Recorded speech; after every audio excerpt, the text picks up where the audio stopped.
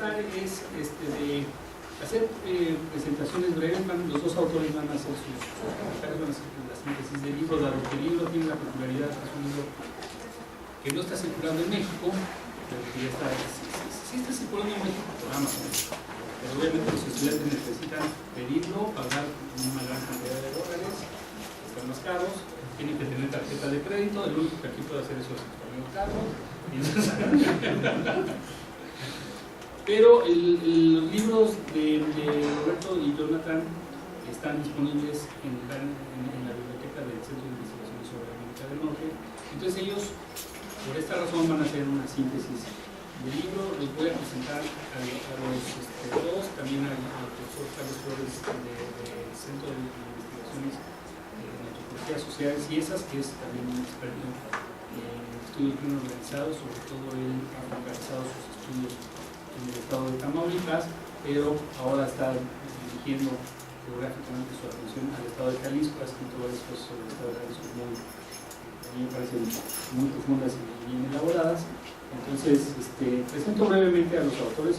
Nuestro invitado externo, el profesor Jonathan Rosen, es maestro en Ciencias Políticas por la Universidad de Columbia en Nueva York y obtuvo su grado de doctorado en estudios internacionales en la Universidad de Miami, el doctor Bruce Bagley. Bueno, aquí quiero decirles una cosa de esto. Ambos han trabajado con el doctor Bruce Bagley en la Universidad de Miami. El doctor Bruce Bagley se ha caracterizado por formar una generación de mexicanos en los temas de seguridad y relaciones internacionales, que ya bastante profusa, y ellos son parte de este tipo de egresados de ellos. Actualmente Jonathan Rosen es investigador del Gordon Institute de la Universidad Internacional de la Florida. También fue profesor investigador de la Universidad del Mar en Oaxaca de agosto del 2013 a octubre del 2015. Sus líneas de investigación son narcotráfico, crimen organizado, política latinoamericana y relaciones con Estados Unidos. Tiene varias publicaciones.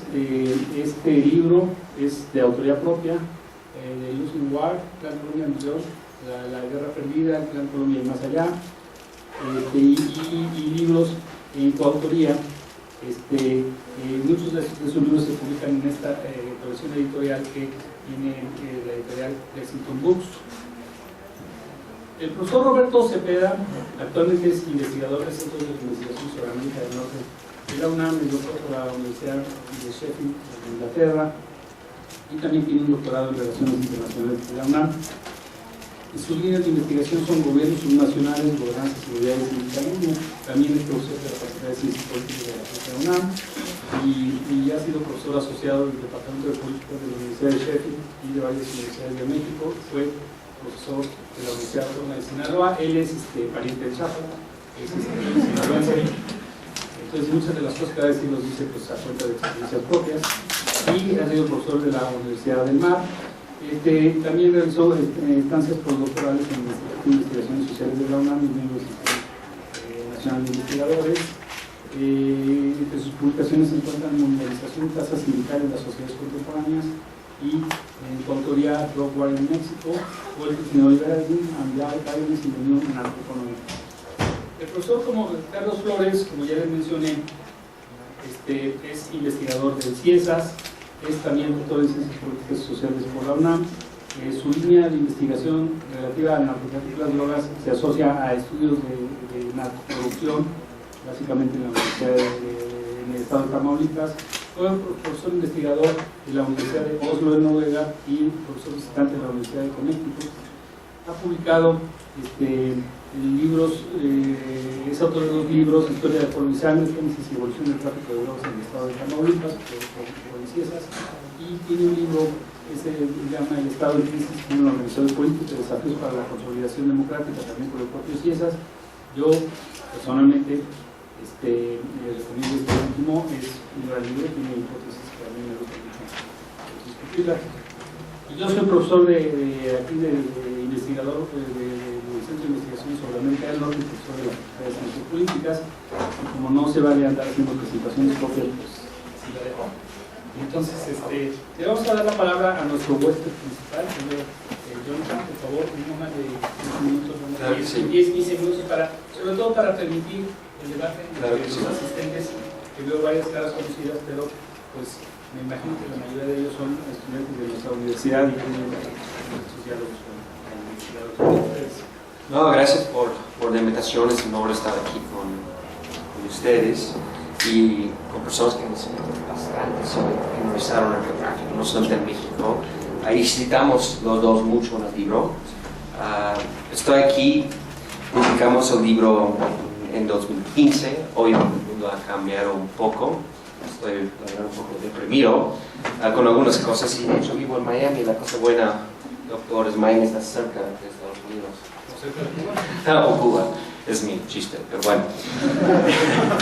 Entonces, mi punto es eso, escribimos ese libro en 2014, obviamente cosas están cambiando y vamos a ver más cambios en los años, y creo que el doctor Raúl y Carlos van a hablar un poco sobre eso, qué es lo que vamos a ver con Trump y obviamente también en México vamos a ver elecciones. Pero el punto es, en el libro analizamos la transición entre Calderón y Peña Nieto y hablamos sobre el narcotráfico, criminalizado, la violencia.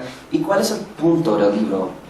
El punto es que queremos analizar algunas tendencias, qué es lo que ha cambiado y desde mi punto de vista qué es lo que, o algunas cosas que la verdad no han cambiado.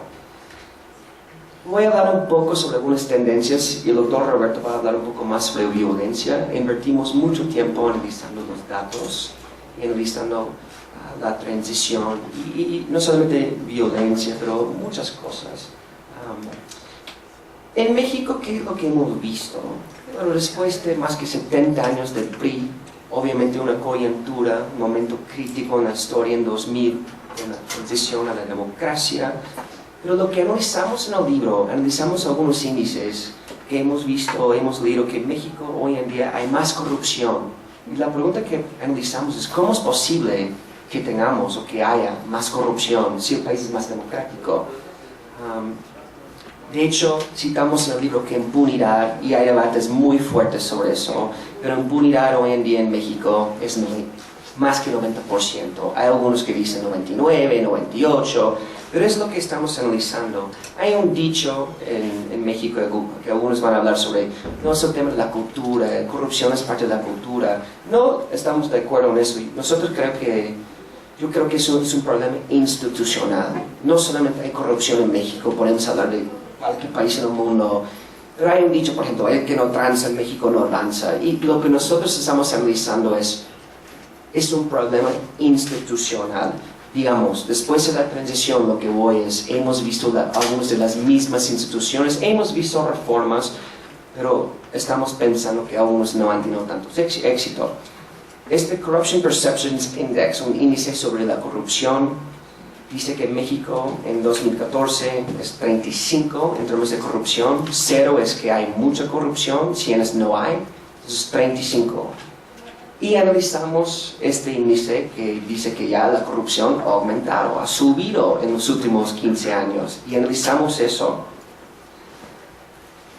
Roberto puede hablar un poco más sobre eso, pero una transición, digamos, a la democracia, a veces en un sentido, sí, México es una democracia, es un país democrático. Pero en algunas cosas hay una democracia muy débil en términos de algunas instituciones.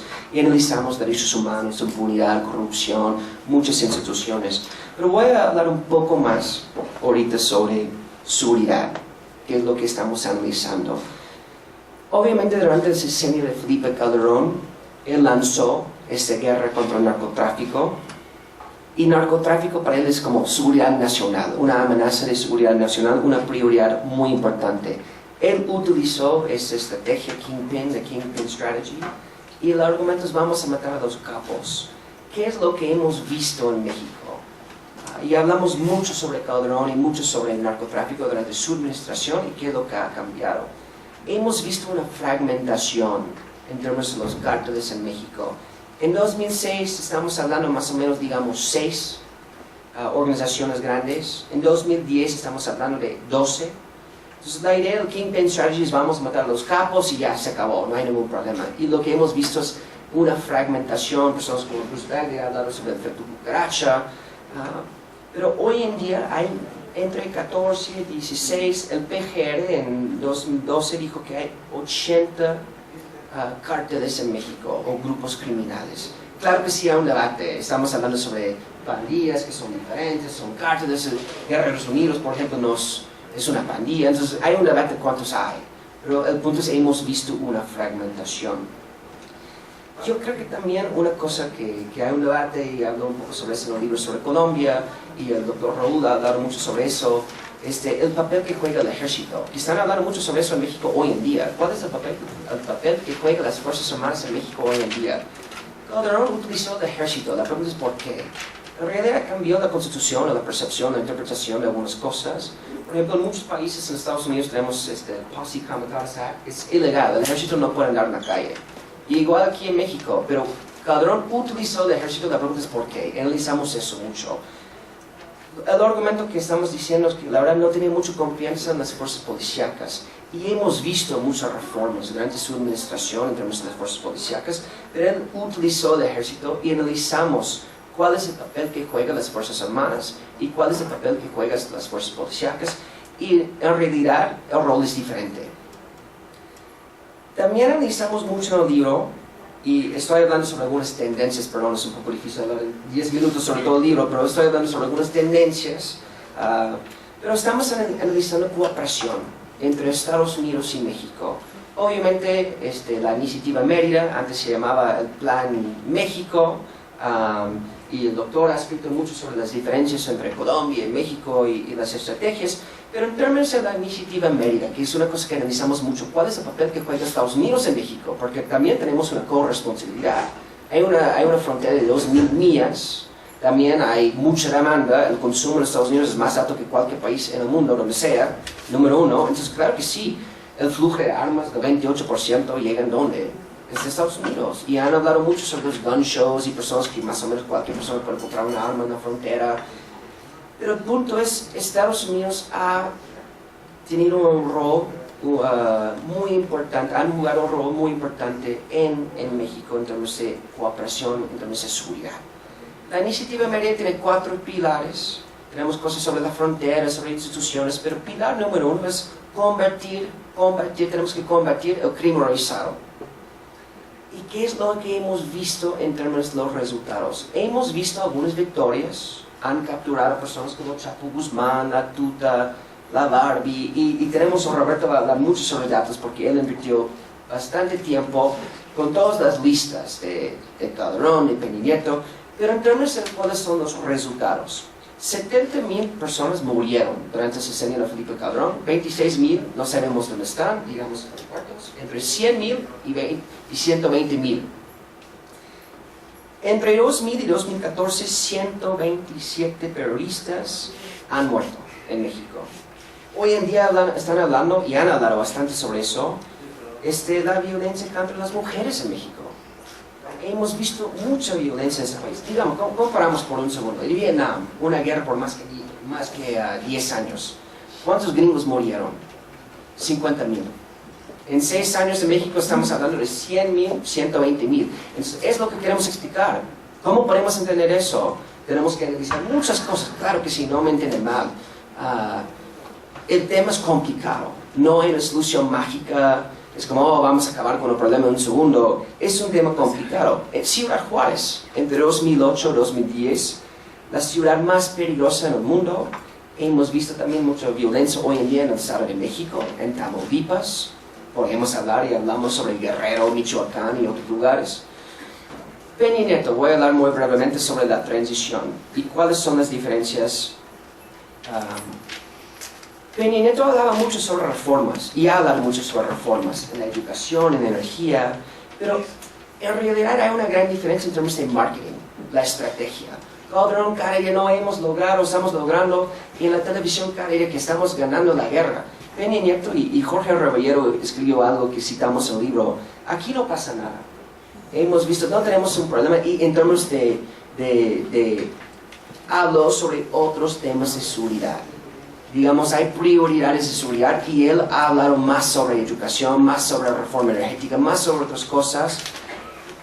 Pero claro, él dijo también que no voy a utilizar el ejército tanto en la guerra, este tema de la militarización, y mandó las tropas a Michoacán cuando llegó después de como 4 meses. Entonces hemos visto algunas tendencias. Y ellos han hablado mucho también en Estados Unidos como, digamos, iban a reformar la iniciativa Mérida. pero hay menos recursos hoy en día y analizamos por qué.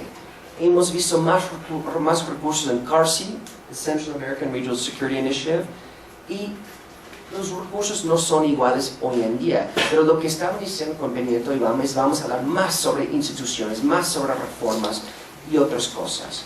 Pero hemos visto algunas cosas que no han cambiado, y en violencia Roberto va a hablar un poco sobre eso. La violencia bajó en los primeros 2 años de Peña Nieto.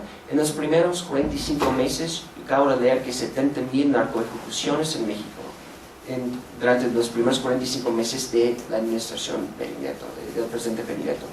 Y el argumento, tal vez, estoy terminando, pero el argumento como más controversial en el libro es eso, han hablado tanto en México en Estados Unidos, sobre, no, México en 2008, mucha violencia, y hablaron sobre un Estado fallido.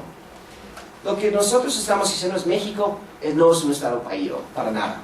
Hay 125,000 personas, en términos de las economías en el mundo, México es como 14 o 15, México tiene un montón de talento, empresas, es un país grande. México no es un Estado fallido para nada. Pero ese discurso, muchas personas hablaban sobre eso antes en Estados Unidos y están diciendo eso igual, hablando sobre eso en Colombia.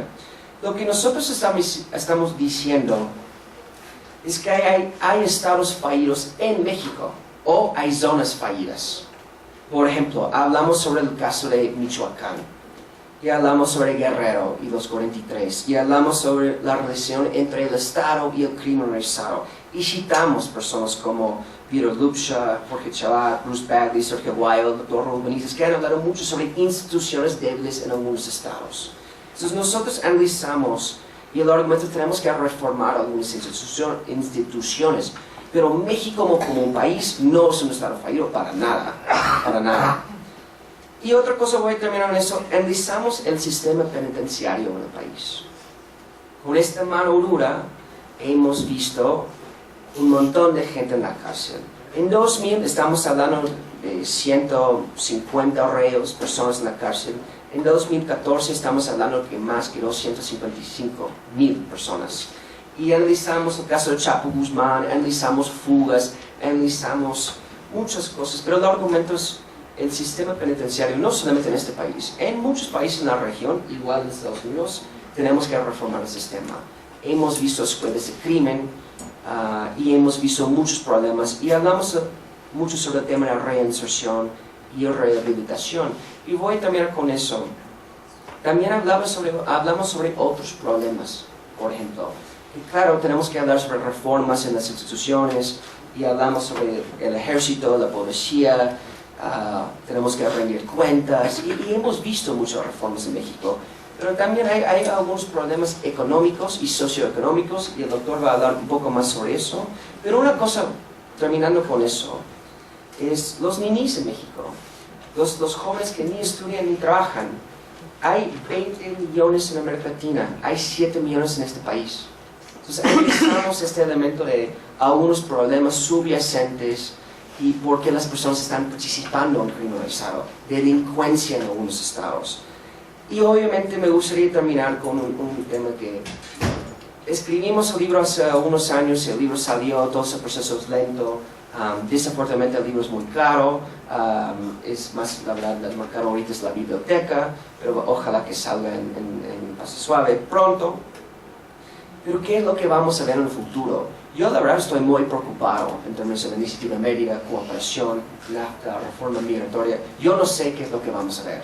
Trump cambia su opinión cada 3 segundos, ¿sí? Entonces ahorita estamos pensando sobre el futuro. ¿Qué es lo que podemos aprender de 8 años de Obama, del sexenio de Felipe Calderón y ahorita Peña Nieto? ¿Y cuáles son los retos, desafíos y obstáculos? Yo veo muchos, yo puedo contestar las preguntas y las respuestas, pero voy a dejar aquí y muchas gracias por la invitación. Es un honor estar aquí con ustedes en esta universidad, que desde mi punto de vista es la mejor universidad de México y una de las mejores universidades en América Latina y en el mundo. Es un honor.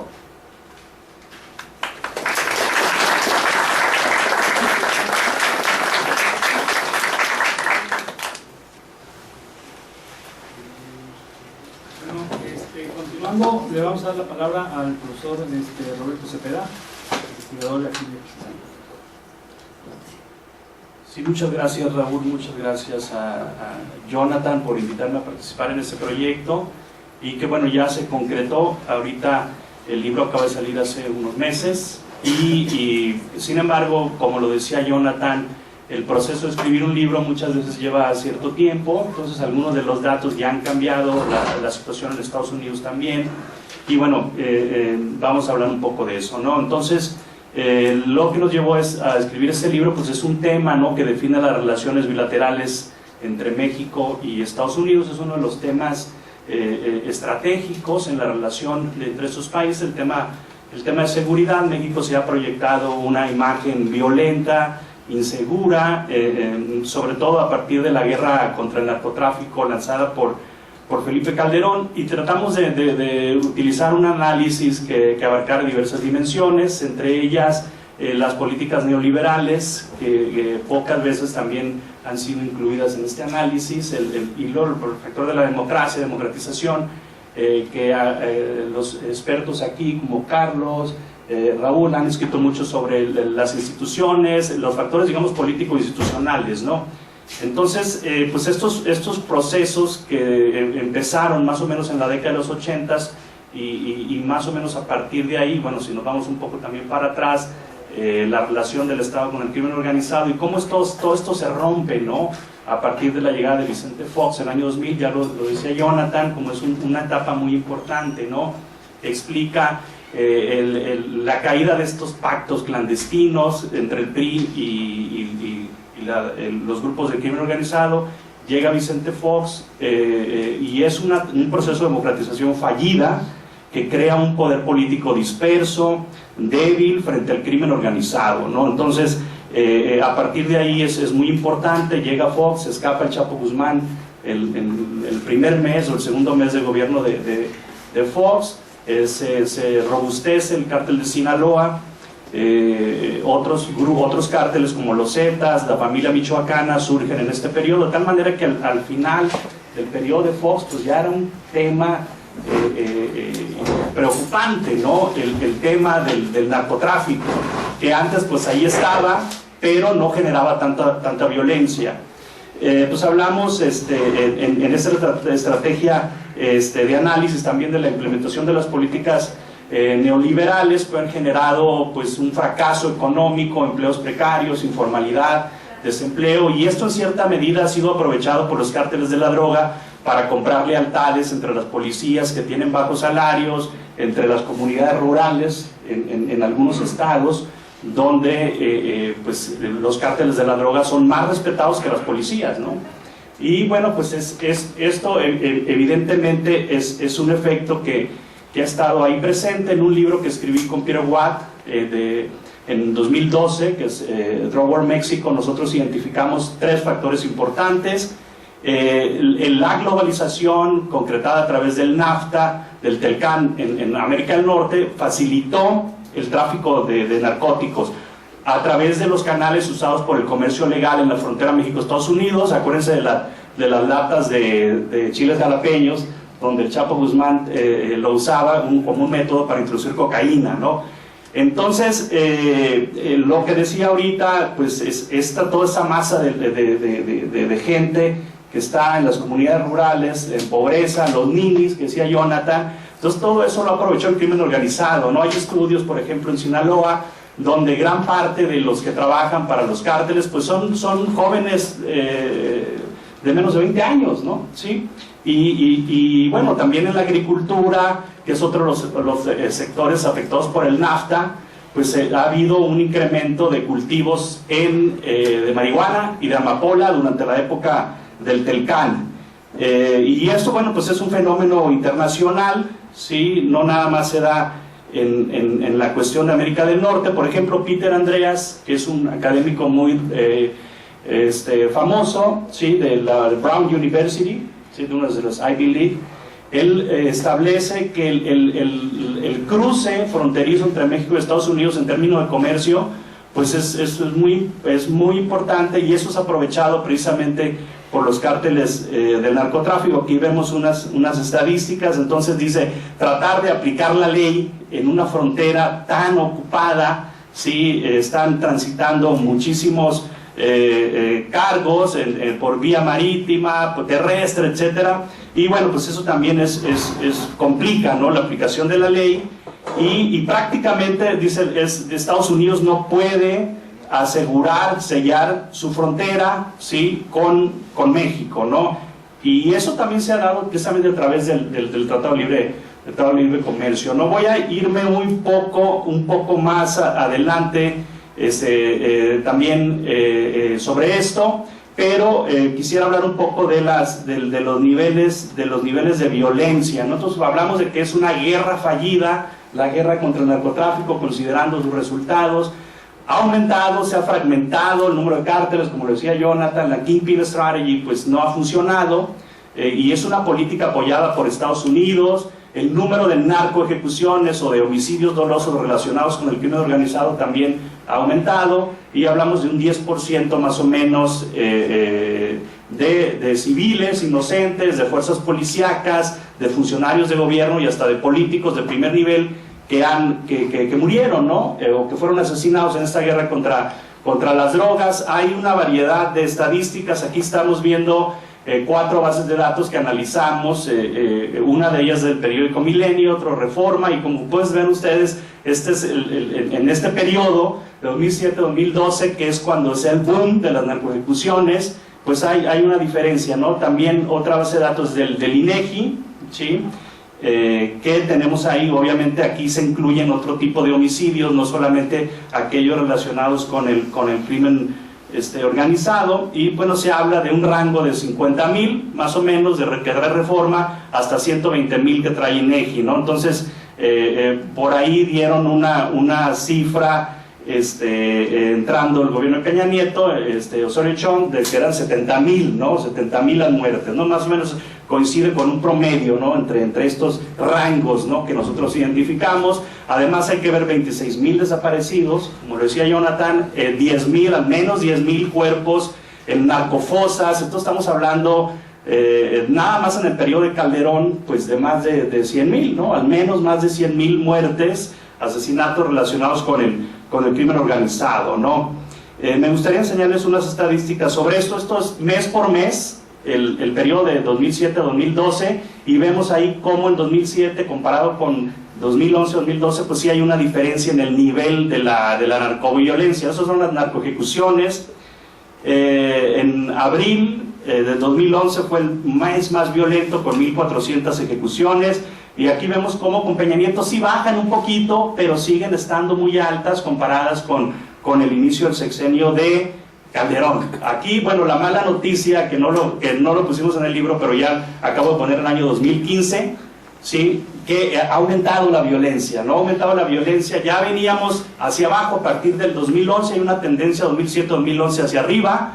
Luego el último año de Calderón baja los niveles de violencia, siguen esa tendencia en los primeros 2-3 años de Calderón, perdón, de Peña Nieto, y el último año, el 2016, no lo puse aquí porque esta es una cifra anual, pero parece ser que 2016 vamos más para arriba, ¿no?, a nivel de violencia, ¿no? Entonces eso también es muy importante. Lo que decía Jonathan ahorita, en marzo de 2009 la Kingpin Strategy se identificaron 37 criminales más peligrosos.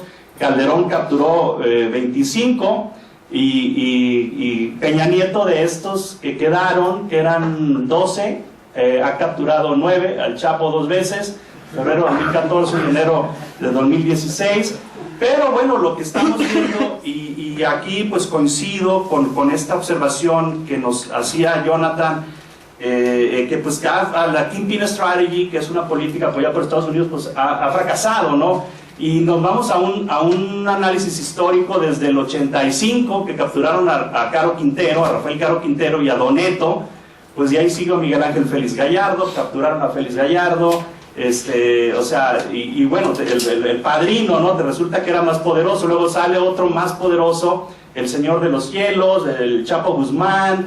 Entonces se captura a los líderes de estas organizaciones criminales, pero pues eso no resuelve el problema. En resumen, la estrategia de los gobiernos solo ha generado victorias limitadas, como diría Bruce Bagley. Pero bueno, solamente es decir, lo que está haciendo el gobierno es provocar la renovación de las élites del crimen organizado, y en el camino está salpicando de violencia a una sociedad que cada vez vive más en la inseguridad. Hay datos del INEGI donde el 68% de los mexicanos no se sienten seguros caminando por las calles de su colonia, y muy seguido cambian sus rutas, ¿no? Y bueno, no sé, evidentemente estos análisis que se hacen desde la academia, ¿por qué no se llegan a los escritorios de los funcionarios de seguridad, ¿no? Si no está funcionando esta estrategia de capturar a los criminales, entonces no vemos una razón para que continúe, ¿no? Voy a irme un poco más adelante. La cuestión de las prisiones sí es un proyecto en el que trabajamos también bajo la dirección de Jonathan, en las prisiones en toda Latinoamérica, ¿no? Y lo que vimos en el caso de México, pues también es un poco desalentador, porque el 60% de las cárceles en México, de las prisiones, están autogobernadas por el crimen organizado y de acuerdo a la Comisión de Derechos Humanos, y desde ahí se siguen haciendo o cometiendo delitos, ¿no? Las extorsiones, por ejemplo, cuando, por ejemplo, en prisiones en otros países, en Estados Unidos, donde hay equipos que bloquean las señales de los teléfonos celulares, es algo muy sencillo, ¿no? Se compra nada más esta tecnología, y aquí en México, ¿por qué no se aplica? Si de acuerdo también a las cifras oficiales del INEGI, pues vemos que la extorsión, la otra que está muy también relacionada, que es el secuestro,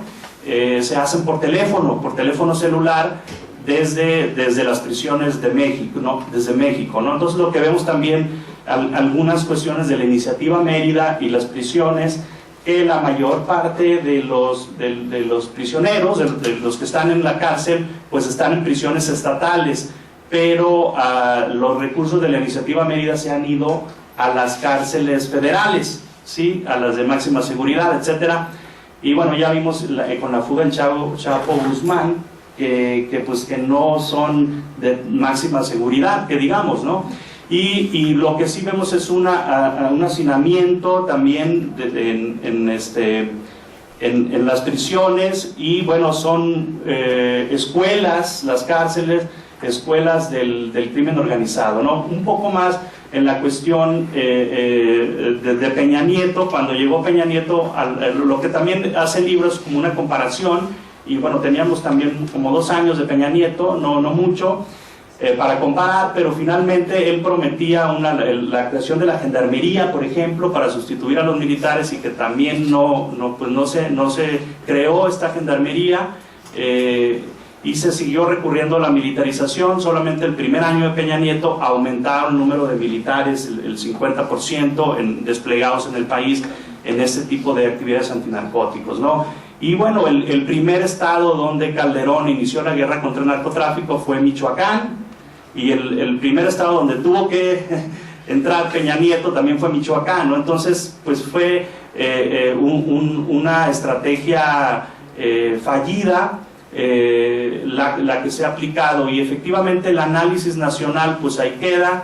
Lo que queda ahora es hacer un análisis subnacional, donde en algunos estados sí, efectivamente la situación se ha salido de control. Carlos, por ejemplo, habla mucho del caso de Tamaulipas, que es uno de los estados más peligrosos, con mayores niveles de inseguridad, ¿no? Entonces antes, en otros escritos, quienes han desarrollado este tipo de análisis, pues nos hablaban de algunos estados digamos, la violencia estaba focalizada en algunos estados, pero luego se ha expandido, ¿no?, a otros estados, y todo esto también resultado del descabezamiento de los cárteles de la droga, que han generado pues una fragmentación de los cárteles. Otro de los aspectos que hablamos son el número de alcaldes asesinados. Vemos 32 alcaldes asesinados en el periodo de Calderón. Incluso si hablamos de la última década, hay casi 80 alcaldes asesinados, ¿no?, que son alcaldes en funciones, o exalcaldes, o alcaldes electos, que son asesinados. Entonces también es muy grave, ¿no? Si este tipo de funcionarios electos que tienen cierto nivel de poder en el ámbito local, pues ni siquiera existe una seguridad para ellos.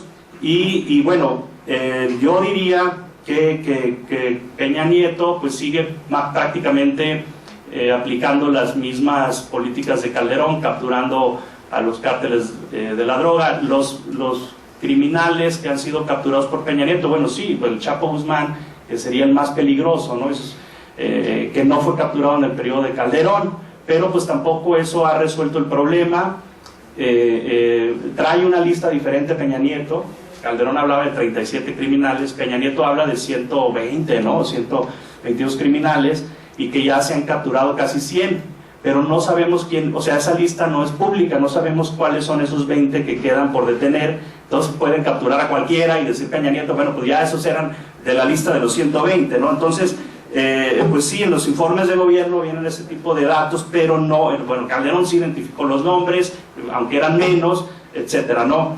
Y bueno, la reforma de la policía pues no ha funcionado. Como decía, lamentablemente hay una corrupción en las policías locales que trabajan para los cárteles de narcotráfico. Lo vimos en el caso de Guerrero, o sea, no es un mito, ¿sí? El caso de los 43 jóvenes desaparecidos, donde las policías locales estaban al servicio de los cárteles de narcotráfico.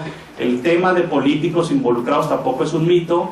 El caso de un gobernador de Michoacán también, de Quintana Roo, que ahorita están buscando ya también al de uno ex gobernador de Tamaulipas. Entonces ya pues hay una alta penetración del crimen organizado en las esferas públicas, y como también decimos en el libro, lo hemos resaltado, que también hay unos altos niveles de impunidad.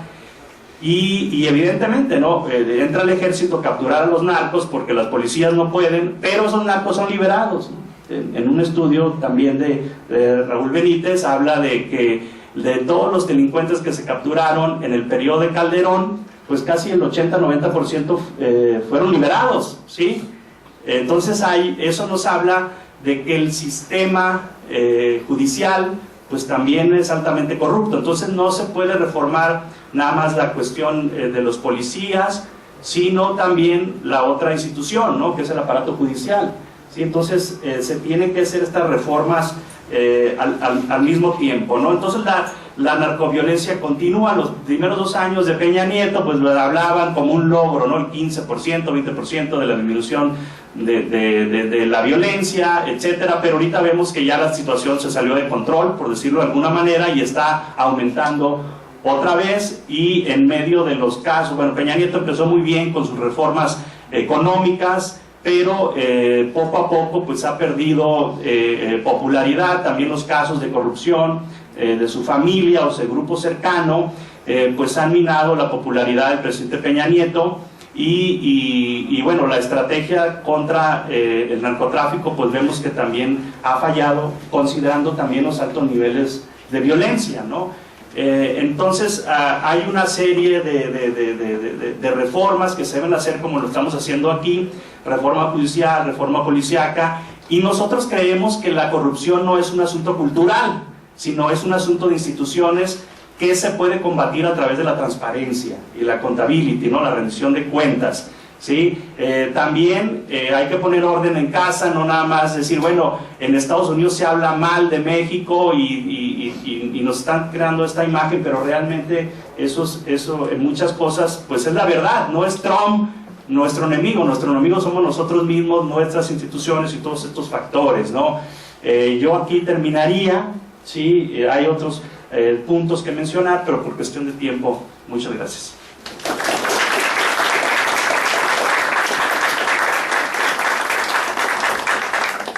Gracias al profesor Roberto Cepeda. Le damos la palabra al profesor Carlos Flores del CIESAS. Muchas gracias, Raúl. Muy buenas tardes ya. Primero que nada, pues muchas gracias por la oportunidad de presentar su libro. Les agradezco mucho a mis amigos de Tamaulipas y a Eduardo, mi colega, y gracias a ustedes por venir a escuchar nuestros comentarios. Es un libro muy interesante, y muy muy profuso en términos de información.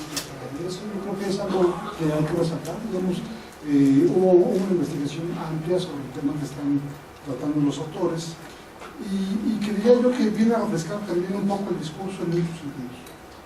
Lo primero que quisiera destacar, que es un acierto significativo, es que parte de la consideración de la definición democrática que tenemos en México. Es decir, no se trata solamente de un recuento de hechos de violencia, sino que también tiene la pretensión de mostrar cómo hay un pasado que condiciona en cierto sentido la evolución política del país. Y por política no me refiero solamente a la parte electoral, sino me refiero también a aquello que tiene que ver con toma de decisiones institucionales, pero que influye de manera directa a este aspecto que estamos viendo, que es la lucha contra la delincuencia y la inseguridad. Es decir, a partir de ahí nos apunta a que una dimensión fundamental del problema es estructural. No es solamente una cuestión de policías, no es solamente una cuestión de presupuestos.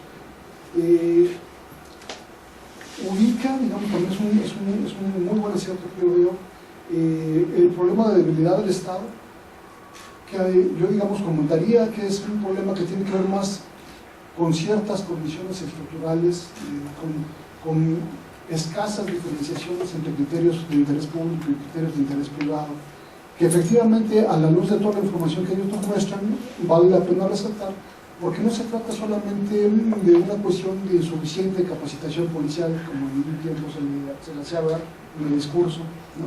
No se trata tampoco solamente de una cuestión de presupuestos bajos. Es decir, no niego que una parte del problema sea esa, no niego que en determinadas regiones del país, el hecho de que tengas policías municipales que ganaran una cantidad muy baja, no te permitía tener una mayor profesionalización. Pero creo que con esto que nos están recordando Jonathan y Roberto, nos sale a la vista un problema mayor. Es decir, otro de los elementos que yo considero que son fundamentales en este libro que nos están presentando ellos es justamente la desmitificación de uno de los factores que se constituían como un lenguaje común hasta hace pocos años, que es que solamente la corrupción estaba identificada con el pasado histórico del país. Desafortunadamente, y como ustedes lo constatan muy bien, por lo menos la percepción de corrupción, que son los datos de Transparencia Internacional, se construyen a partir de percepciones, se incrementaron paradójicamente a partir de la democratización. Ojo, yo no estoy diciendo que la democratización como tal sea la causante, es el tipo de democratización que tenemos en México, donde también los autores señalan, y yo coincido con ellos, no se trata de una democracia funcional. A final de cuentas, el hecho de que podamos escoger en una lógica plural qué parte de la élite política nos explota mejor, pues eso no es una democracia. Pues una democracia implica también una serie de criterios de controles institucionales, de transparencia, de accountability, es decir, los gobernantes tienen una responsabilidad frente a sus gobernados y son sujetos a sanción administrativa y penal si son encontrados en irregularidades, en incumplimiento de su función. Es un elemento fundamental y eso nos permite ver por qué efectivamente esa corrupción toma otra dimensión en México. Muchos países tienen problemas de corrupción en el mundo, pero el problema es que aquí no solamente es una cuestión de corrupción, es una cuestión de impunidad. Es decir, si bien muchos países pueden ser corruptos, la impunidad es la característica que estamos apreciando en México, donde precisamente, digamos, estos índices que ustedes nos comentaban, 98% de impunidad, es decir, solamente el 2% de los delitos que se cometen en el país acaban en sentencia, independientemente de que sea sentencia condenatoria o sentencia exculpatoria. Entonces, los otros 98 pues, prácticamente pasan desapercibidos. Eso va generando un contexto en el cual pues, las condiciones de violencia también se favorecen. ¿Por qué? Porque no se trata solamente de delincuencia organizada per se, sino también se trata de una lógica, de una ventana de oportunidad que se abre para todo aquel que comete un ilícito. Es decir, las instituciones del Estado se van diluyendo, la lógica de convivencia ciudadana pacífica se va diluyendo.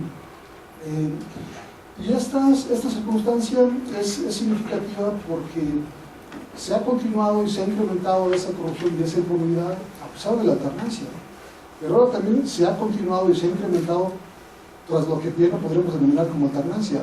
más que una segunda alternancia, bien pareciera un intento de restauración del antiguo régimen. O sea, lo vemos por todos lados, tratar de callar las voces críticas, tratar de mantener un discurso oficial optimista, tratar más o menos de que haya poca posibilidad de acceso a la información pública documental en los archivos históricos y en los archivos de concentración.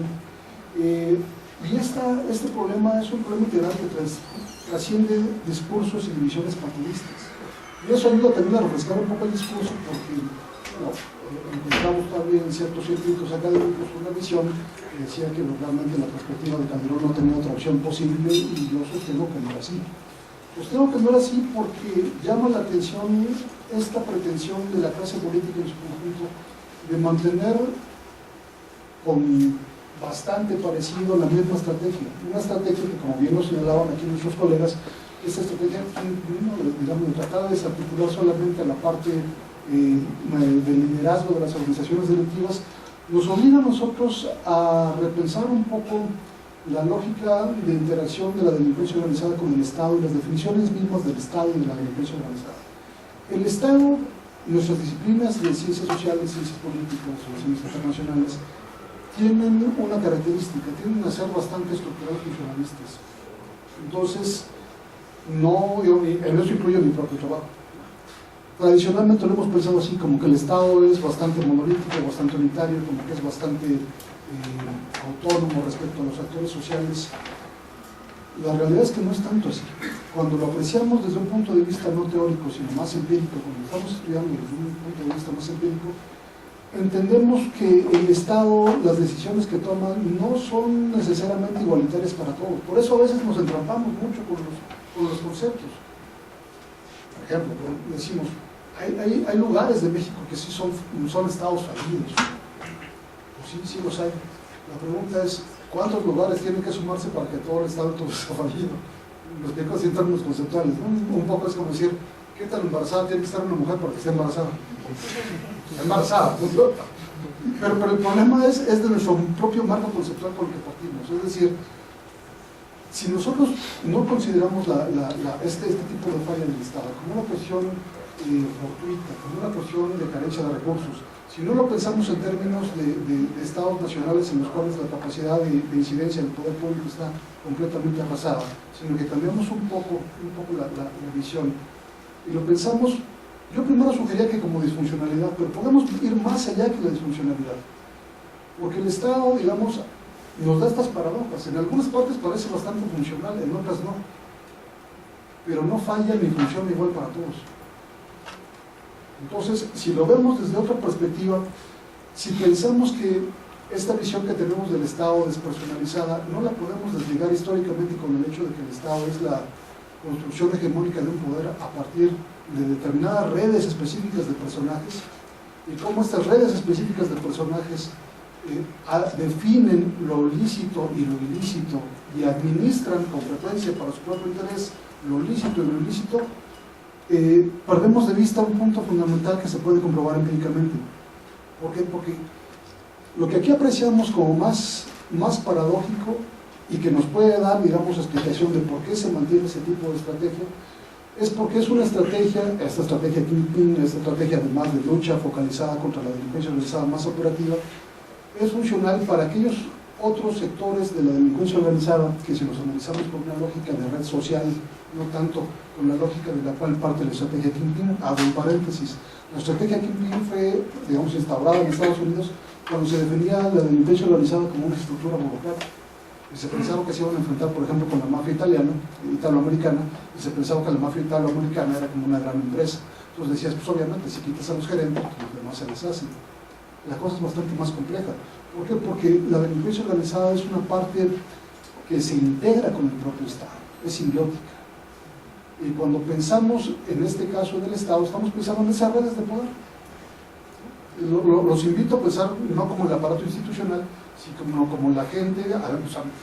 Es una propuesta conceptual adicional que hay que trabajar, no está totalmente definida, pero enfoquémonos no solamente en el aparato institucional de poder, enfoquémonos en esa parte de individuos que son capaces de gestionarla. No me refiero solamente al gobierno, me refiero a algo que trasciende más allá de eso, porque lo que van a ver ustedes aquí es, por ejemplo, en el caso mexicano, y que de alguna forma también se ve reflejado en el trabajo de Jonathan y de Roberto, es la implicación de intereses políticos con intereses empresariales, con intereses delictivos. Y eso es algo que la estrategia, por definición, no puede abarcar, porque está definida para no abarcar esa parte. Entonces, la cosa no es solamente perseguir a los chapos, la cosa es desarticular al sistema que crea los chapos. La pregunta es, ¿cuántos actores de esa red, si lo vemos en una lógica de red social, no están visibles? Y entonces, al mantener ese tipo de estrategia, el negocio se mantiene. Ustedes díganme en qué momento, a pesar de toda la violencia que hemos tenido, se ha caído el ingreso de drogas a Estados Unidos. ¿No? Y puede variar, porque hay rangos, puede variar, pero esencialmente se mantiene. Hoy por hoy, por ejemplo, ya no está el cártel de Ociel Cárdenas, ¿no? La organización de Ociel Cárdenas, ya no están los Zetas como estaban los Zetas constituidos. ¿Quiénes siguen pasando la droga por Tamaulipas? La cosa se mantiene. Y es interesante cuando vemos cómo se imbrican, no estoy simplificando, es algo que podemos ir explorando y podemos ir demostrando, ¿no? O sea, cómo se van implicando ese tipo de intereses políticos, empresariales, delictivos, que a final de cuentas se pueden verificar históricamente. Entonces, se trata, me pregunté yo, por ejemplo, en esta condición de buscar la construcción conceptual, académica, intelectual, de un fenómeno que tenemos que abordar con nuestra lógica, con otra lógica, digamos como patrones de acumulación clandestinos, que son alternativos, que son simultáneos. Entonces es una invitación para todos ustedes a que, por supuesto, accedan a este buen trabajo que nos presentan nuestros amigos y colegas, y que como personas jóvenes interesadas en el tema, como estudiantes, pues empiecen a reflexionar también sobre este tipo de inquietudes que yo trato de sembrar en ustedes, que yo creo que es una visión enriquecedora, que probablemente puede dar más luz hacia un tipo de problema que está claramente amenazando a nuestro país, y no solamente a nuestro país, pero que aquí es una situación pues, que nos está afectando a todos de la comunidad. Muchas gracias.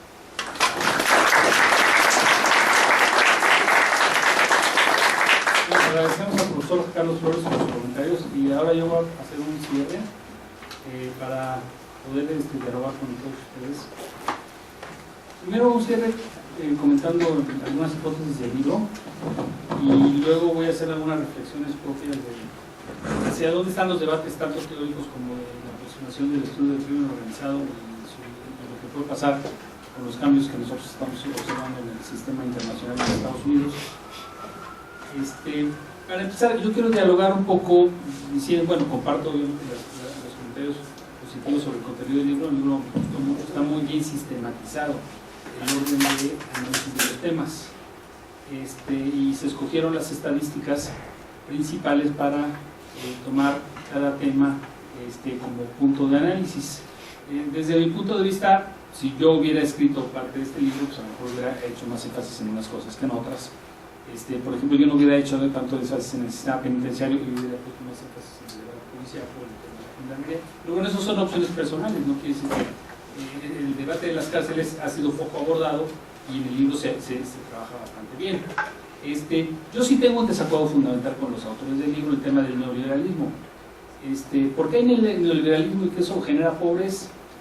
Y que automáticamente eso derive en condiciones estructurales que favorecen el narcotráfico. Yo no creo en esa hipótesis, pero eso es un debate que yo tengo, una hipótesis chiquita, no que sea que esté mal planteada la hipótesis de los autores. Porque hay estados mucho más neoliberales que México, y no hay narcotráfico ni violencia. Chile, por ejemplo. El país latinoamericano donde el neoliberalismo ha cumplido las reglas al 100% es Chile. Es el más pacífico en términos de homicidios, tiene tasas de homicidios similares a las europeas, y no hay narcotráfico y corrupción. Entonces, ahí el neoliberalismo funcionó a la perfección. Ahora, entonces, ¿cuál es la causa de la diferencia entre Chile y México? Bueno, la causa es que uno está ubicado en un lugar y el otro está en el otro. Chile no es paso de drogas por ningún lado, hacia ningún lado. México es paso de drogas de Colombia hacia Estados Unidos. Entonces, el neoliberalismo no sería causa del tema. En Chile también hay ninis. Yo no pondría el tema de los ninis como causante. Los ninis están tomando las universidades de Chile en este momento, y están tomando las universidades brasileñas en este momento. Pero no están volviéndose narcotraficantes ni criminales, los jóvenes. Entonces, no creo en el tema ninis ahí sí parafraseando al que fue nuestro doctor, el doctor Narro, que fue el que acuñó esa palabra, que además le ha robado al doctor Narro en el mundo, la palabra se usa en Europa, fue muy bien acuñada. Yo no creo que el tema Nini sea el causante del narcotráfico ni el desempleo juvenil. Creo más en las hipótesis planteadas por Carlos, la forma de Estado, etc. Pero en todo caso este es un debate. Para mí el modelo económico no es el causante del narcotráfico ni de la violencia. Son otros factores. Ahora bien, coincido con los autores en criticar el vínculo corrupción y cultura, pero hay un tema en el que yo estoy en desacuerdo con ellos. Ellos dicen, México culturalmente no es un país corrupto, no es cierto. Una parte de México, un sector de la clase política, sí es culturalmente corrupto, porque han estado 100 años ahí, y su práctica de reproducción de las formas políticas es a través de la corrupción. Entonces, una parte de México sí es corrupta, culturalmente, porque hay muchos años ejerciendo esa práctica. Como una parte de México sí es narco, y los narcos reproducen a sus hijos la cultura en la que viven. Entonces, que el hijo de Chapo quiera ser narco, es porque su papá era el Chapo. Entonces, cuando hay un corrupto, un político corrupto, le hereda a su hijo y quiere meter a su hijo en el partido político donde está, en los negocios corruptos en los que está, para que sigan la secuencia. Entonces, no todo México es corrupto. Lo que sí estoy de acuerdo con los autores, no es un problema estructural que no tenga remedio. Eso estamos de acuerdo todos. Pero sí hay una parte de México corrupto, y aquel que dijo, no voy a decir el nombre, pero todo el mundo sabe a quién me refiero, que México es culturalmente corrupto, es a la parte a la que pertenece el dueño de esa frase. Pues es corrupto. Y esa corrupción la contaminó a las otras fuerzas políticas del país para el ejercicio del poder, porque no fue solo la institución política a la que pertenece el acuñador de esa frase, sino se va contaminando. Entran al sistema otras fuerzas políticas y en vez de negarse a la corrupción, la reproducen y la usan como forma también de perpetuarse en el poder y de reproducirse en el poder.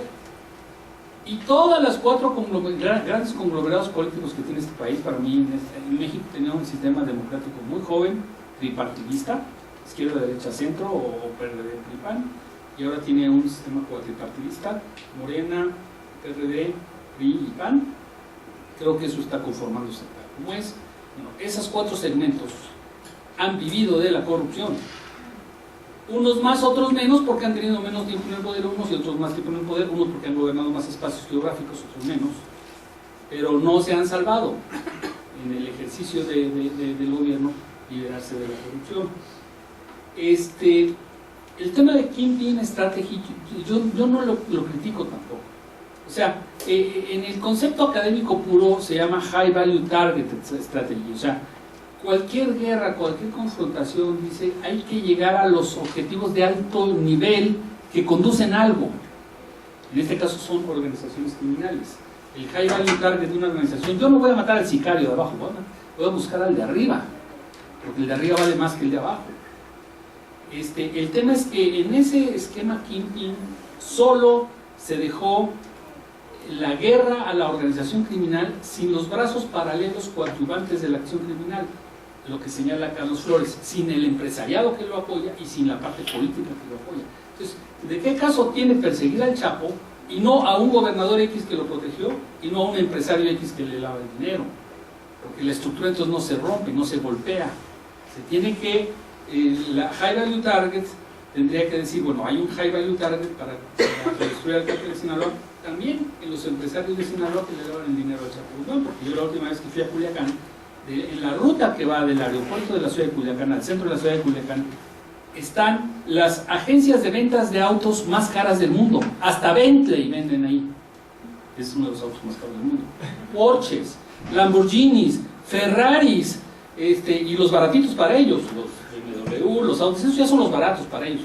Toda la cadena de distribución de los productos más caros que les gustan a los narcotraficantes, los carros Mercedes-Benz, como la camioneta que traía el Chapo que vale $4 millones. Estaban en exhibición 5 camionetas de esas en una distribuidora Mercedes-Benz, en el camino de Sinaloa al aeropuerto. ¿Y quién compra eso y con qué dinero? De cultivar jitomates y zanahorias que también se cultivan en Sinaloa.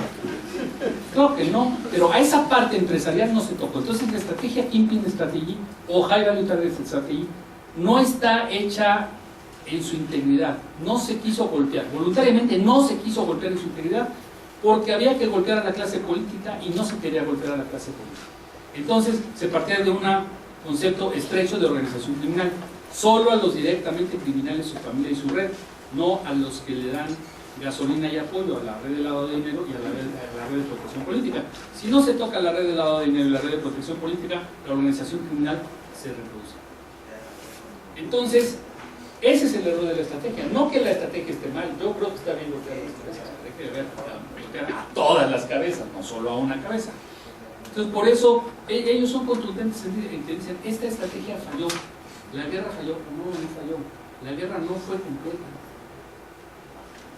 La guerra al narcotráfico hubiera tenido, en su concepto duro, porque hablar de una guerra es aplicar la parte dura del Estado, tendría que haber sido dura completa, con la Secretaría de Hacienda y golpeando a los narcopolíticos, con la función pública funcionando bien, la guerra contra la corrupción, etc. Si no se toca eso, el narco se reproduce.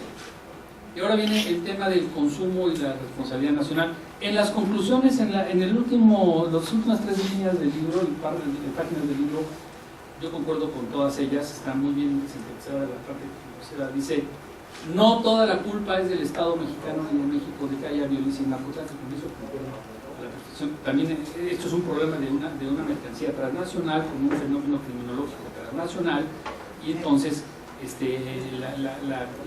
combate tiene que ser transnacional. Entonces tampoco es criticable la parte de Estados Unidos. En Estados Unidos sí golpean mucho más a la parte empresarial de la parte política.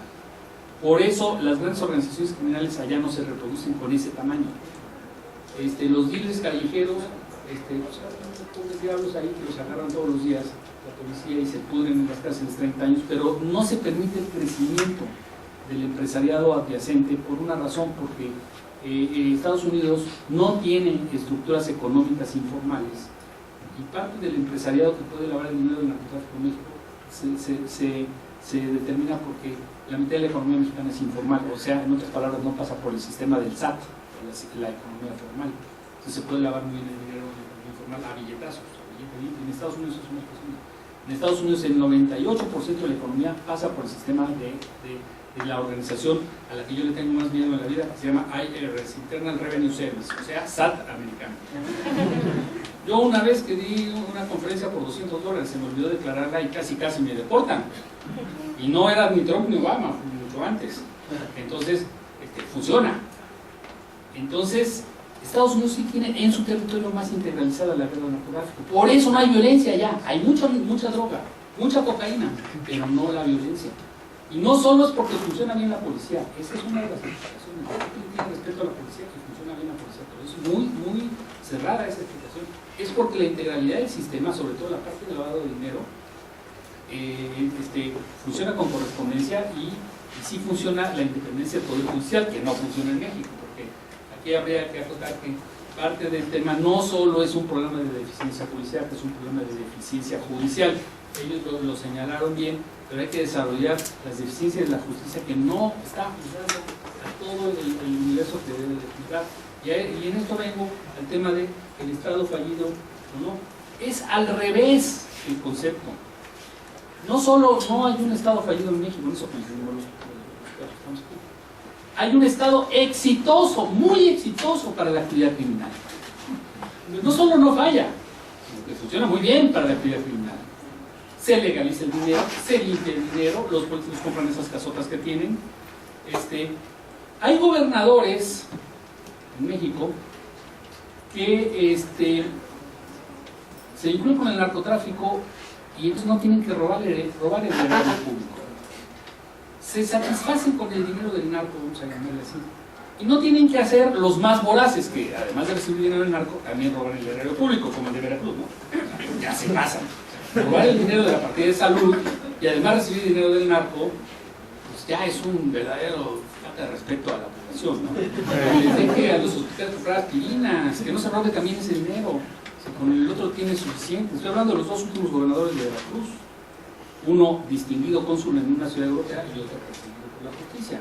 Los 2 hicieron lo mismo, y además son parte de la misma élite política local de ese estado.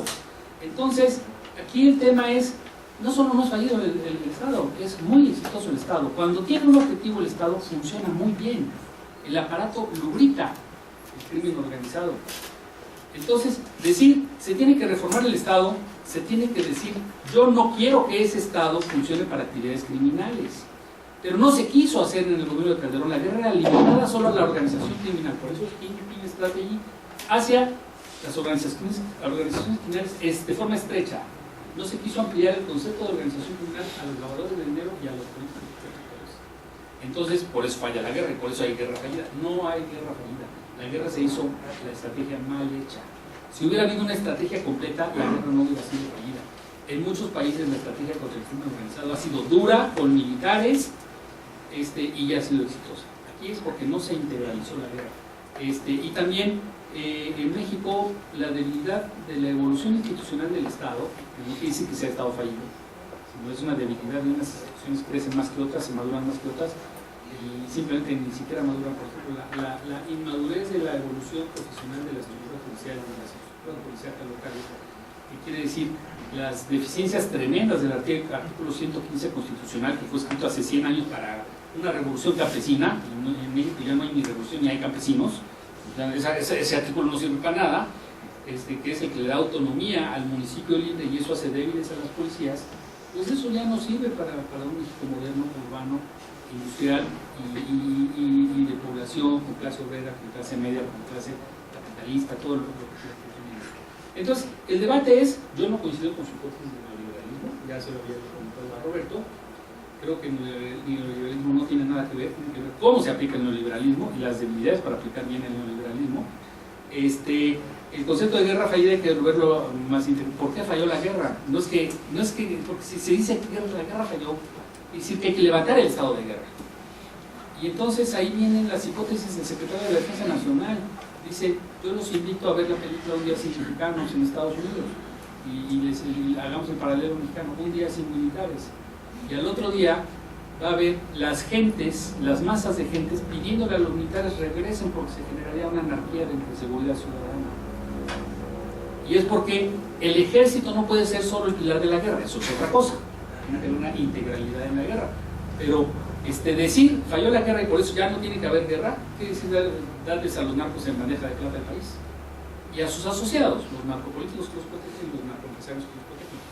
Entonces, a lo mejor hay que hacer la guerra bien. Por ejemplo, en los instrumentos del Estado para hacer bien la guerra, el Estado no ha desarrollado la inteligencia criminal, que es lo que han hecho los europeos. En Italia se usaron instrumentos completamente distintos para ganarle la guerra al crimen organizado, a las camorras, a la mafia siciliana, a la Ndrangheta, usando inteligencia y el poder judicial.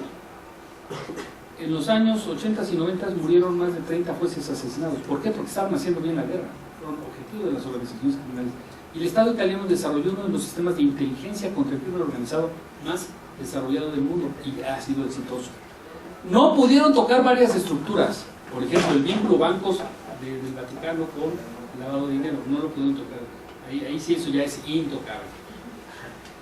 Es como aquí decir, voy a analizar las cuentas del arzobispado de México, el que quiera eso, Dios le se la cobra. Pero lo hicieron bien en términos generales. Italia es uno de los países que tienen mejor seguridad pública en las calles y menos violencia asociada al crimen organizado. Siguen estando la mitad de los restaurantes de Nápoles y de Sicilia en manos de la mafia italiana, pero lo hacen bien, porque ellos también aprenden que si las reglas son otras, no pueden matar a la gente en la calle.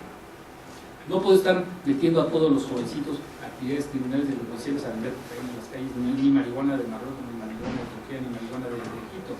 Por lo tanto, cambio el giro criminal y me voy dejo de extorsionar. Italia, la mitad de Italia para abajo era el paraíso de la extorsión a comerciantes, restauranteros, etc. Como es un país muy turístico, los restauranteros cuentan mucho para el lavado de dinero. Cambiaron las reglas del juego, ya no extorsionan los restauranteros porque estaban hartos de la extorsión, pero no hay violencia. Y hay mucho neoliberalismo, o sea, la economía italiana de estructura estatal tiene muy poca, es capitalismo neoliberal sin controles estatales. Entonces, algunas de las hipótesis yo no las sustentaría. Eso no quiere decir que sea un libro muy bueno para lo que estamos discutiendo, simplemente hay que debatir. Entonces, aquí los autores abren, por ejemplo, la parte esta del análisis subnacional es muy sugerente. Desafortunadamente los autores solo abordaron el análisis de cuatro estados en México. Podríamos hacer bien la geografía de eso, es un proyecto de investigación pendiente que pueda sacar. Porque se aborda los principales para el narcotráfico, ¿no? Tamaulipas, Guerrero, Kansas, tenemos Jalisco. La geografía va cambiando. Los estados en el 2006 de alta incidencia de narcotráfico no son los estados de alta incidencia de narcotráfico en el 2012 ni en el 2015. Por ejemplo, no está Baja California, no está Chihuahua. En esos estados la guerra tiene el concepto de al cual sí se comparte totalmente. Hay victorias limitadas, sí hay victorias en la guerra narcotráfico. Por eso se mueve la geografía del narco. Ahora el Estado ha ganado la guerra en el Estado de Nuevo León. O sea, sí se han desmantelado células zetas en el Estado de Nuevo León, sí se ha restaurado la seguridad pública en el Estado de Nuevo León. Ya no es escenario de análisis de los que ustedes han organizado en México. Monterrey otra vez está empezando a tener sus niveles normales de inseguridad pública. No que sea la perfección de la seguridad pública en México, pero sus niveles normales quiere decir los mismos niveles de hace 15, 20 años. Entonces, aquí el tema ya es, ahora sí voy a hacer aproximaciones que ya no están directamente incorporadas en el libro, porque pues, el libro se terminó de escribir en 2015 y pues lo publicaron en los socios editoriales. Ellos no sabían que iba a ganar Donald Trump la presidencia de Estados Unidos. ¿Qué va a pasar con la cooperación contra el narcotráfico cuando Donald Trump está diciendo que todos los mexicanos son violadores y son corruptos? Si todos los mexicanos son violadores y son corruptos, pues también a los que les dan el dinero, los soldados y eso, pues también son violadores y corruptos, porque están en el concepto todo, ¿no? De Donald Trump. ¿Qué va a pasar allí? Si va a continuar la iniciativa Mérida. La iniciativa Mérida tiene muchos fondos asignados a través de una agencia del gobierno de Estados Unidos que odia a Donald Trump, que se llama la Agencia para el Desarrollo Internacional. Es donde la iniciativa Mérida le mete dinero a las policías, a los programas de prevención, a la reforma de la justicia. Pues ahí esas partes están en peligro. Ya les están insinuando a los militares que no se preocupen. Donald Trump es de mano dura. Ya había habido aproximaciones de elementos de la élite política mexicana y militar con algunos de línea dura del equipo de Donald Trump en campaña antes del triunfo electoral con el señor Rudolph Giuliani, que era uno de los principales asesores de Trump en materia de seguridad. Era de los pocos que conocía América Latina. Rudolph Giuliani se la pasó ganando mucho dinero en América Latina. Aquí un jefe de gobierno del Distrito Federal, no voy a decir el nombre porque es uno de los dirigentes de uno de esos 4 partidos políticos, lo invitó y lo paseó y le dio helicópteros y todo, amiguísimo de Rudolph Giuliani. Y Rudolph Giuliani hizo lo mismo en Colombia, en El Salvador, en Honduras, en República Dominicana, en Brasil. O sea, se hizo multimillonario Rudolph Giuliani haciendo eso, pero sí conoce América Latina. Claro, él está vendiendo su estrategia de línea dura, o sea, la guerra, pero con un concepto más amplio. O sea, él ganó una guerra en Nueva York. Evidentemente Nueva York no es el Distrito Federal ni Guadalajara, pero tiene una estrategia exitosa que andar vendiendo.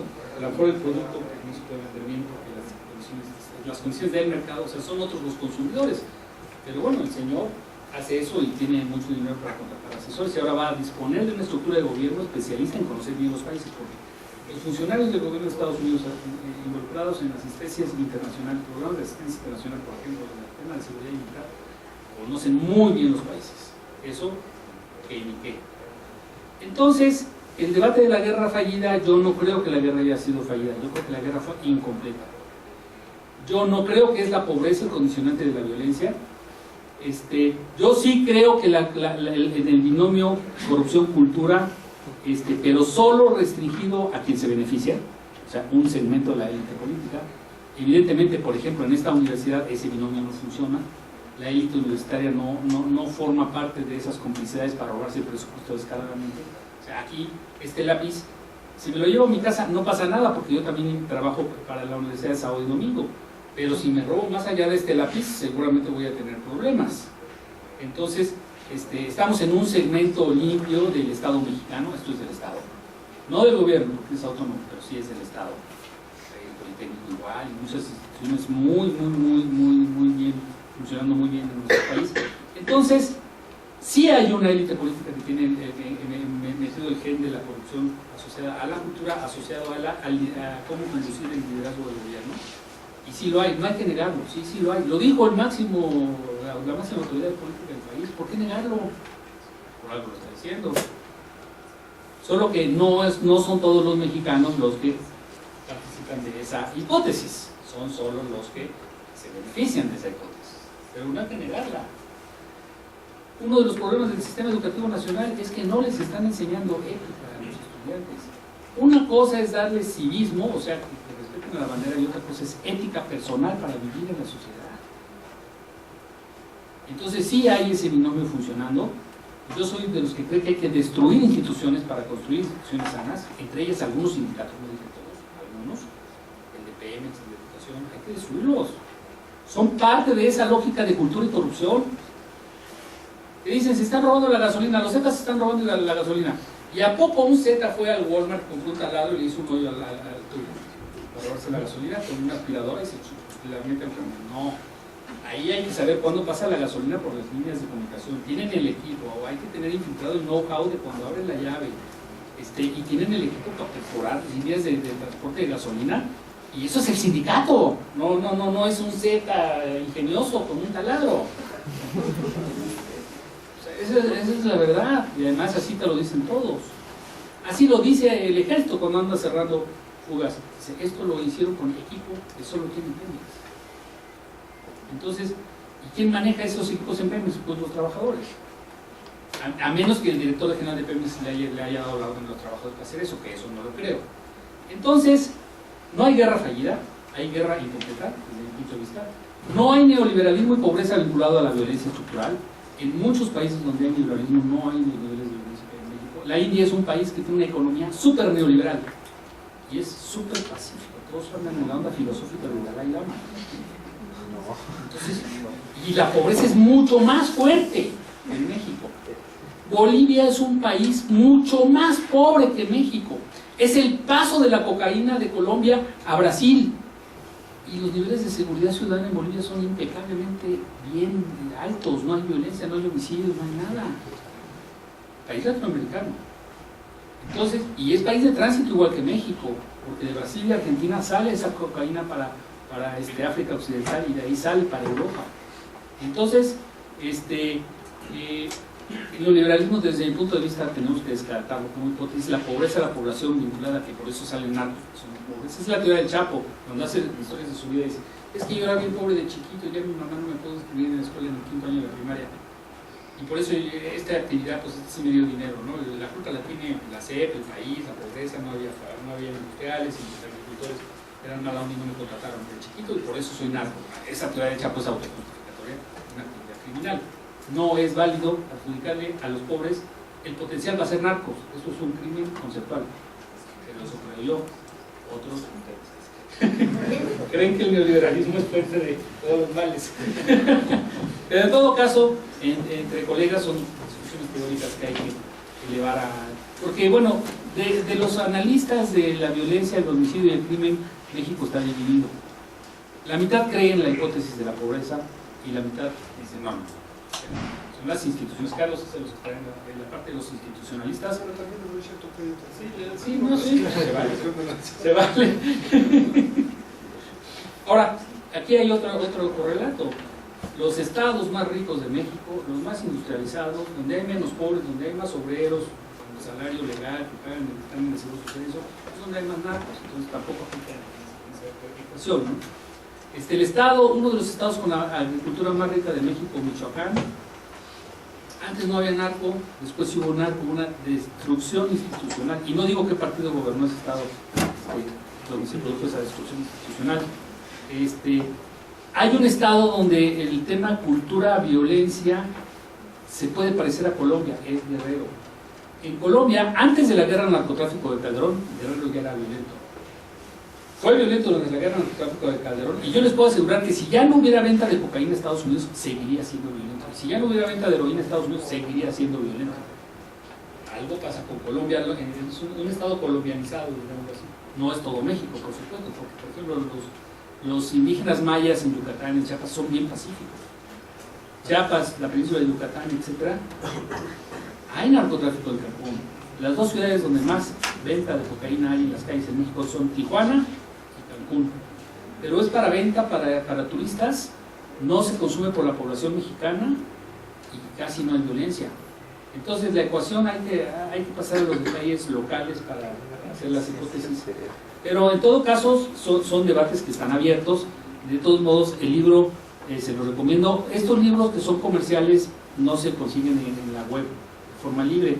Entonces, pues ustedes van a tener que gastarse una buena cantidad de dinero o venir a la biblioteca del CISAN, donde sí es gratis la consulta. Pero los felicito por el esfuerzo, porque todas las contribuciones a esto enriquecen los debates y hay que seguir debatiendo esto. Ahora damos la palabra a todos los asistentes para que se sigan haciendo más el debate.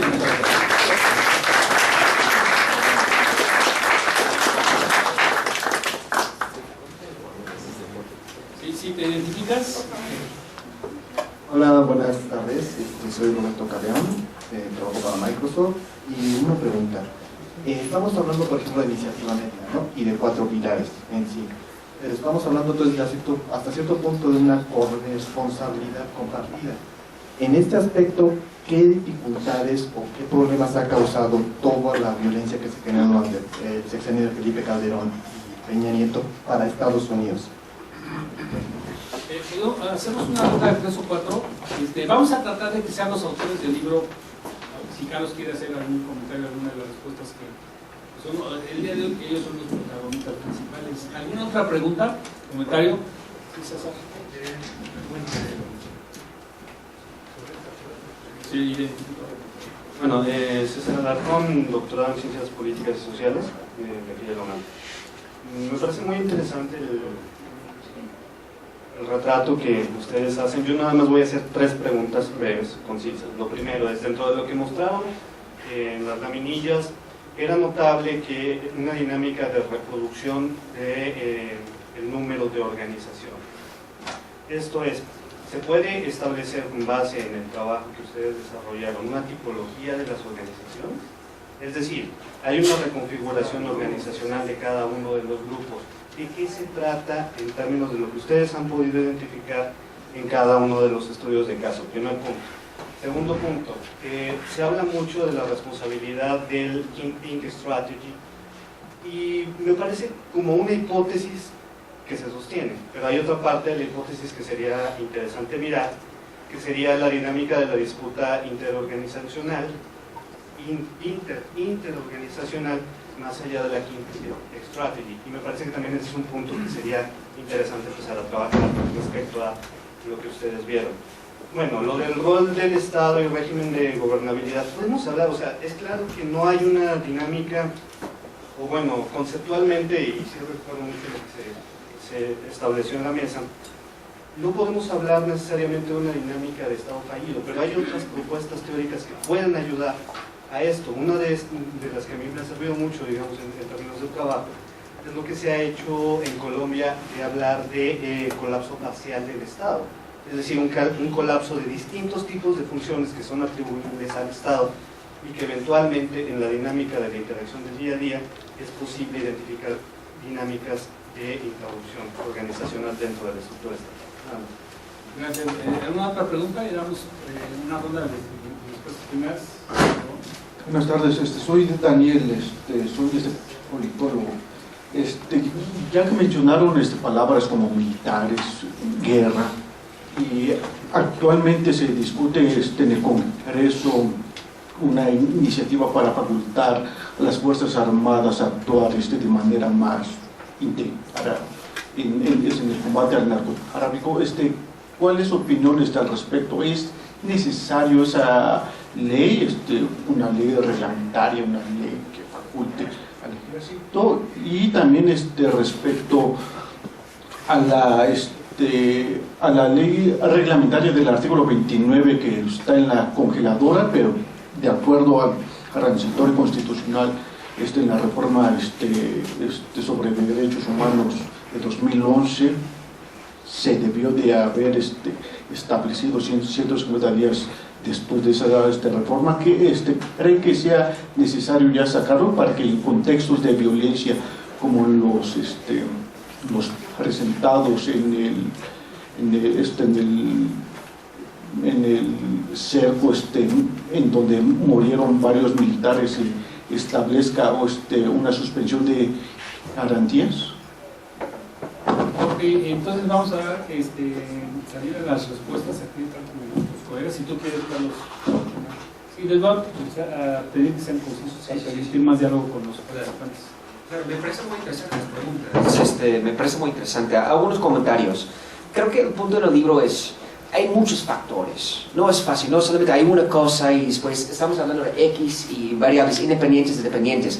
Hay muchas variables y creo que tenemos que analizar eso también, que no solamente los ninis o eso, es un tema complicado. No hay una solución mágica. Creo que la otra cosa es un debate en el libro, es cuál es el problema. ¿Cómo podemos definir el problema? Eso es número uno. Y hay un debate muy fuerte.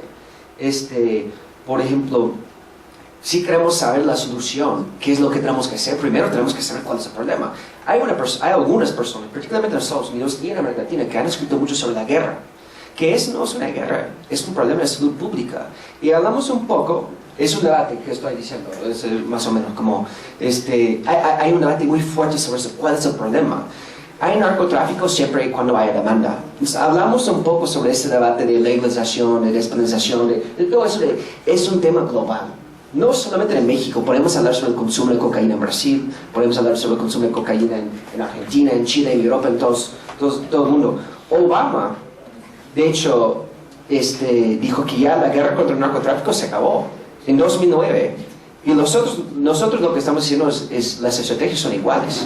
La guerra contra el narcotráfico empezó en Estados Unidos con Nixon en 71. De hecho, empezó hace 100 años con el Harrison Act de 1914. Entonces, es una guerra por más que 100 años. Entonces, hay un debate muy fuerte sobre eso entre los académicos en América Latina, en Europa, aquí en Estados Unidos, sobre por qué es una guerra, ¿sí?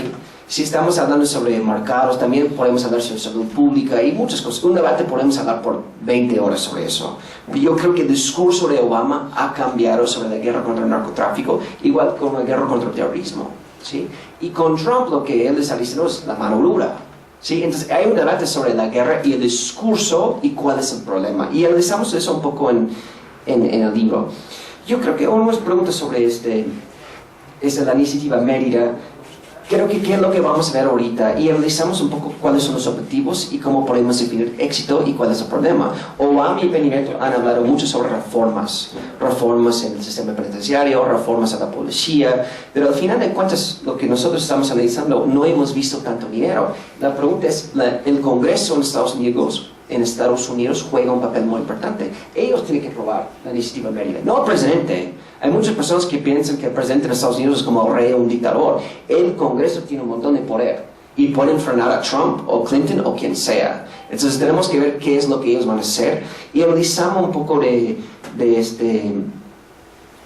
muchos que dijeron que mira, la iniciativa Mérida ha tenido éxito porque hay cooperación y otros han dicho pero hemos visto mucha violencia. Entonces han dicho que tenemos que reformar los objetivos de la iniciativa Mérida y han hablado mucho más sobre reformas, no solamente pilar número 1. Voy a terminar aquí con dos cosas. Yo creo que una cosa de la violencia también es, y hay personas como Nathan Jones que escribió un libro en Georgetown sobre todo eso de los grupos y cómo podemos clasificar los grupos, pero también tenemos que hablar sobre los objetivos. Hay muchos grupos que han peleado por qué, plazas y mercados. Y no solamente drogas. Tenemos que hablar sobre crimen organizado, trata de personas, robando petróleo. Es un mercado negro. Hay muchas actividades. Podemos hablar sobre extorsión. Podemos hablar sobre un montón de actividades. Pero al final de cuentas el objetivo, y el doctor Benítez ha escrito sobre eso, los narcos no son terroristas en ese sentido. Los narcos tienen un objetivo, ganar dinero. Los objetivos de ISIS son diferentes. Entonces tenemos que distinguir, porque hemos visto un debate, los narcos son terroristas.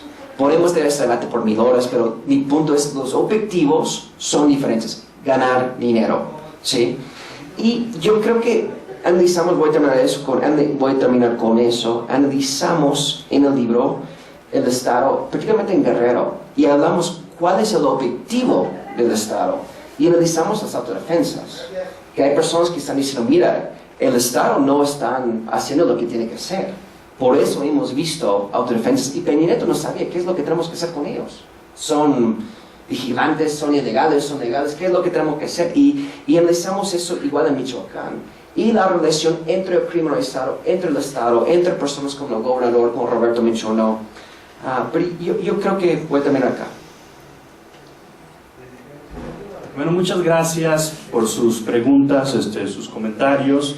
Y bueno, sí, la iniciativa Mérida, efectivamente, pues desde mi punto de vista, pues ha estado muy limitada, y es un poco lo que hablamos también en este libro, y lo han dicho especialistas en el tema, ¿no? Nos dieron cacahuates, ¿no? 2.000 millones de dólares, más o menos, en todo el periodo de Bush y Obama, cuando el Plan Colombia se dieron 8.000, ¿no? 8.000 millones de dólares, más o menos en el mismo periodo, ¿no? 2000, 2008, y bueno, más o menos en el mismo periodo. Y el caso de México, pues ha gastado, de acuerdo a estudios de Estados Unidos, casi 40.000 millones de dólares en la guerra contra el narcotráfico, ¿no? Entonces ha sido muy limitada la cooperación. Yo creo que Estados Unidos tiene una corresponsabilidad, porque bueno, es el principal consumidor. Todo lo que el problema es efectivamente por eso, ¿no? Pues es un país consumidor. Y el caso de la reciente de algunos estados como Guerrero está ligado al alto consumo de heroína, ¿no? En los Estados Unidos, en el boom del consumo de la heroína, y como lo decía Carlos, pues no han bajado los niveles de tráfico de drogas de México hacia Estados Unidos, y lo que queríamos resaltar también es que la mayor parte de la cocaína o de la heroína pues entra por carretera, entra por el comercio legal, ¿sí? O sea, y eso es resultado de una política neoliberal. Cuando hablo del neoliberalismo no me refiero como a un todo, ¿sí? a un todo en sí, un elemento individual, sino una serie de políticas neoliberales, ¿no? que estaban trazadas en el Consenso de Washington. Y cuando ligamos el neoliberalismo, no solamente lo ligamos a la pobreza, sino al libre comercio, ¿no? Es una política neoliberal. Para nosotros es más importante las políticas neoliberales que la globalización. Bueno, algunos otros hablan de una globalización neoliberal, pero queríamos hacer énfasis en el que la mayor parte de la droga pasa por carretera, pasa por vías, conductos que usa el comercio legal. Otro de los factores también que evidentemente tienen que ver con esto es la facilitación de las transacciones financieras y toda esta serie de problemas globales, ¿no? Que no nada más es característico de México, sino que el lado oscuro de la globalización, ¿no? Ya ahora los enemigos o las guerras, podríamos llamarlo, pues no son entre estados, no son contra el crimen organizado, el terrorismo. Entonces ya hay una serie de actores que aparecen precisamente en este periodo de la globalización neoliberal, y estoy de acuerdo con Raúl, sí, ya lo hemos comentado en otras ocasiones, y no nada más es el tema de la pobreza, ¿no? Sino son políticas de desregulación financiera, de libre comercio, que las fronteras pues cada vez son más porosas, y eso va permitiendo el fortalecimiento de ciertos grupos, ¿no? como el crimen organizado, entre ellos, ¿no? De que los pobres ya se van a unir a las filas del narcotráfico, ¿no? El análisis, por eso lo dividíamos en varias categorías, ¿no? Y es un tema también que la mafia rusa, por ejemplo, ¿no? se consolida también en el periodo de la globalización, ¿no? Después de la desintegración de la Unión Soviética, etcétera, ¿no? Eso entonces nos lleva a analizar también el caso de México. Como decía Jonathan, es un problema multidimensional, y de esto han escrito muchos autores que hablan de la transición dual, ¿no? De la dual transition. Entonces a partir de la década de los 70s, 80s, dos fenómenos, dos procesos se iniciaron en Latinoamérica, que fue la neoliberalización, empezando con Chile, de manera un poco forzada en los 70s, después con el ascenso de Pinochet, y la democratización, ¿no? Que también empieza en Portugal con la tercera ola de democratización, la revolución de los claveles, etcétera. Entonces, que también tiene su impacto en Latinoamérica, y algunos países pues, experimentaron una transición dual exitosa. Yo creo que el caso de Chile fue la democratización fue una transición pactada, lo decimos en otro libro en el que participé. Igual de España, ¿no? También es una transición pactada, todas las fuerzas de oposición pues más o menos convergieron en un mismo proyecto, y eso también fortaleció el proceso de transición, creación de instituciones fuertes, etcétera, ¿no? El caso de México, desafortunadamente, no tuvimos una transición pactada, ¿no? Y fue una transición que el caso de los partidos de oposición pues estaban divididos, el caso de Chile, etcétera, ¿no? Entonces, pues sí, evidentemente es un problema multidimensional, ¿no? El caso, y yo lo dejaría en este sentido.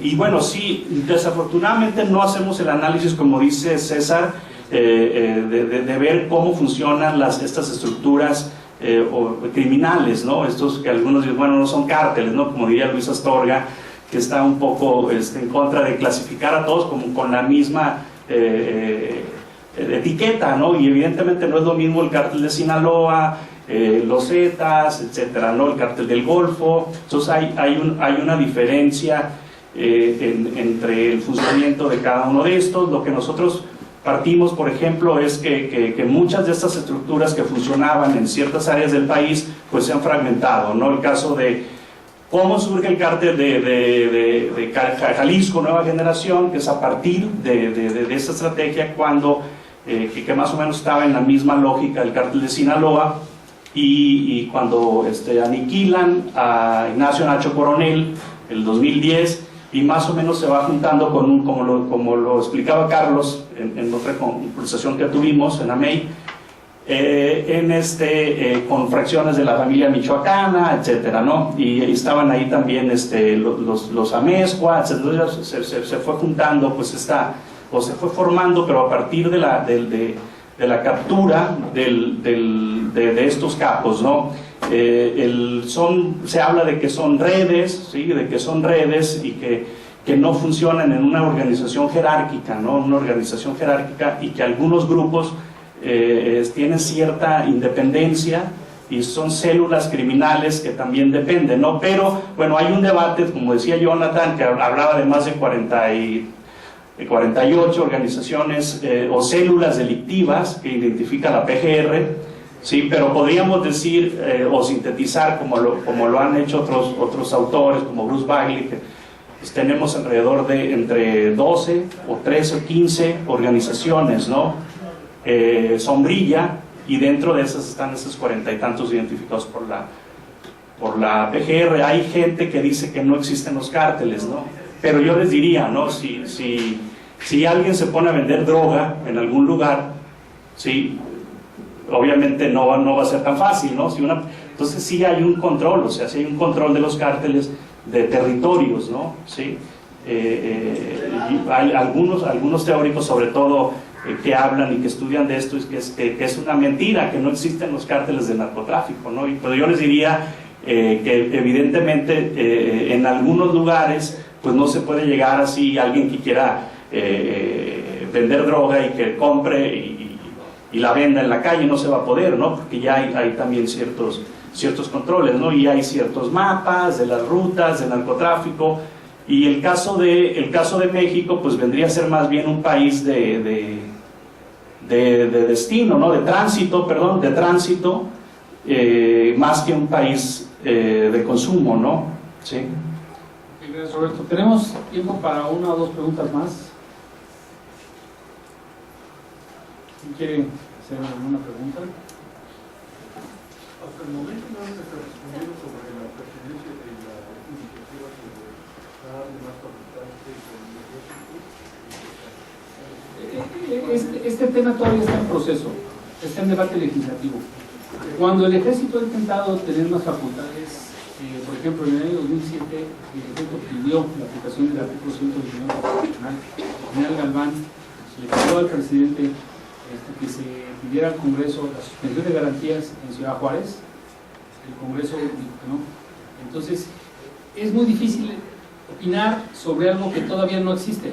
Es una iniciativa de los militares de tener más facultades, todavía no está autorizado, está en discusión. Pero esto no lo ve necesario. Es que depende cómo quede una ley y depende qué es lo que hagan y para qué. O sea, si tú a mí me dices lo que se aprobó ayer en el Senado, que la Marina sustituya a la Secretaría de Comunicaciones y Transportes en el control de los puertos, yo lo veo bien, pero militariza algo que estaba en manos civiles. Pero estaba en manos civiles, pero corrompidas. Dos estructuras, la Secretaría de Hacienda, Aduanas, y la Secretaría de Comunicaciones, Capitanías de Puerto. La Marina pidió eso porque controló el puerto de Lázaro Cárdenas 2 años y lo ha hecho con mucho éxito. Entonces, si tú me dices a mí, la Marina va a limpiar el puerto, los puertos de corruptos, que van a empezar a funcionar bien los puertos y se va a suprimir la corrupción, está bien que lo hagan. El costo que hay que pagar es que se le da más poder a la Marina y se militariza el país, o se militariza esa parte de las funciones estatales. Entonces son cosas duales.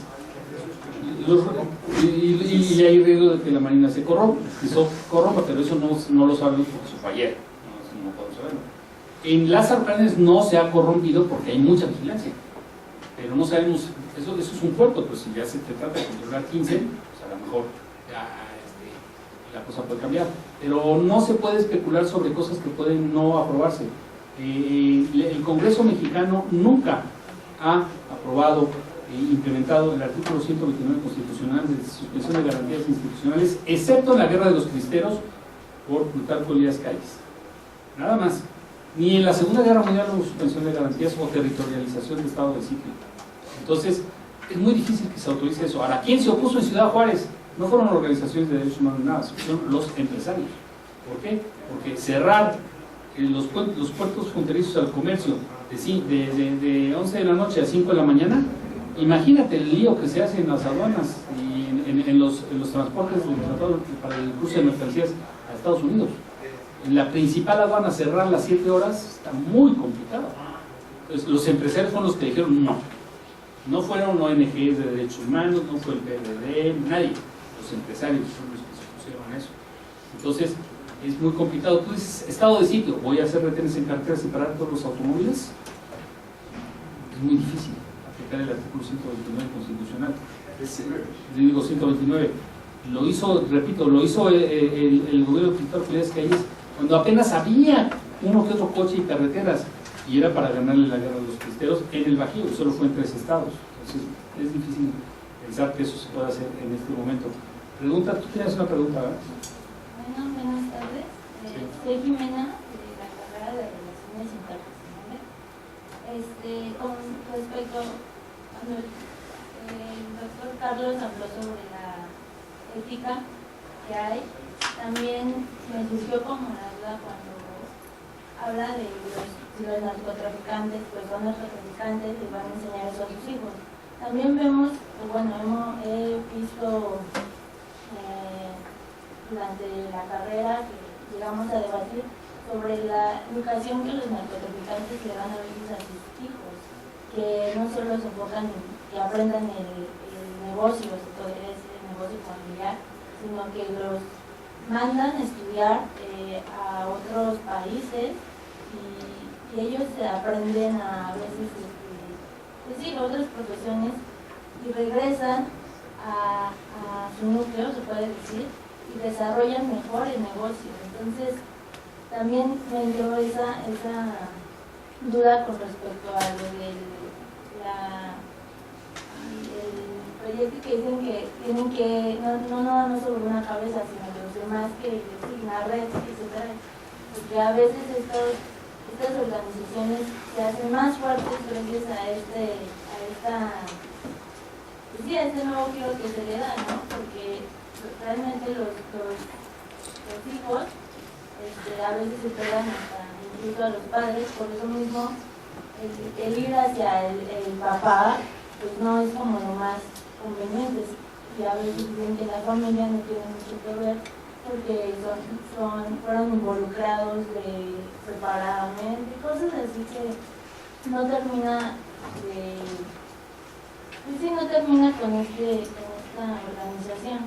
Igual no solo en el narcotráfico, también en las instituciones. Lo estamos viendo ahorita con el del gobernador de Veracruz, que ahora también a su hijo y luego a su esposa. Entonces es como, ¿qué se debería de hacer realmente para pues, combatir? Bueno, Carlos, ¿quieres responder? Los hijos pueden hacer mucho mejor empresa, pero también pueden arruinar si son los niños que andan en el Facebook anunciando cosas, ¿no? Muchas gracias. Sí, el comentario más bien fue tuyo. Pero, bueno, sí, ahí voy, digamos, mi opinión sería que cuando analizamos en México generalmente la subcultura, ¿no?, del tráfico de drogas o de los traficantes de drogas, generalmente nos vamos por los segmentos más populares, más operativos.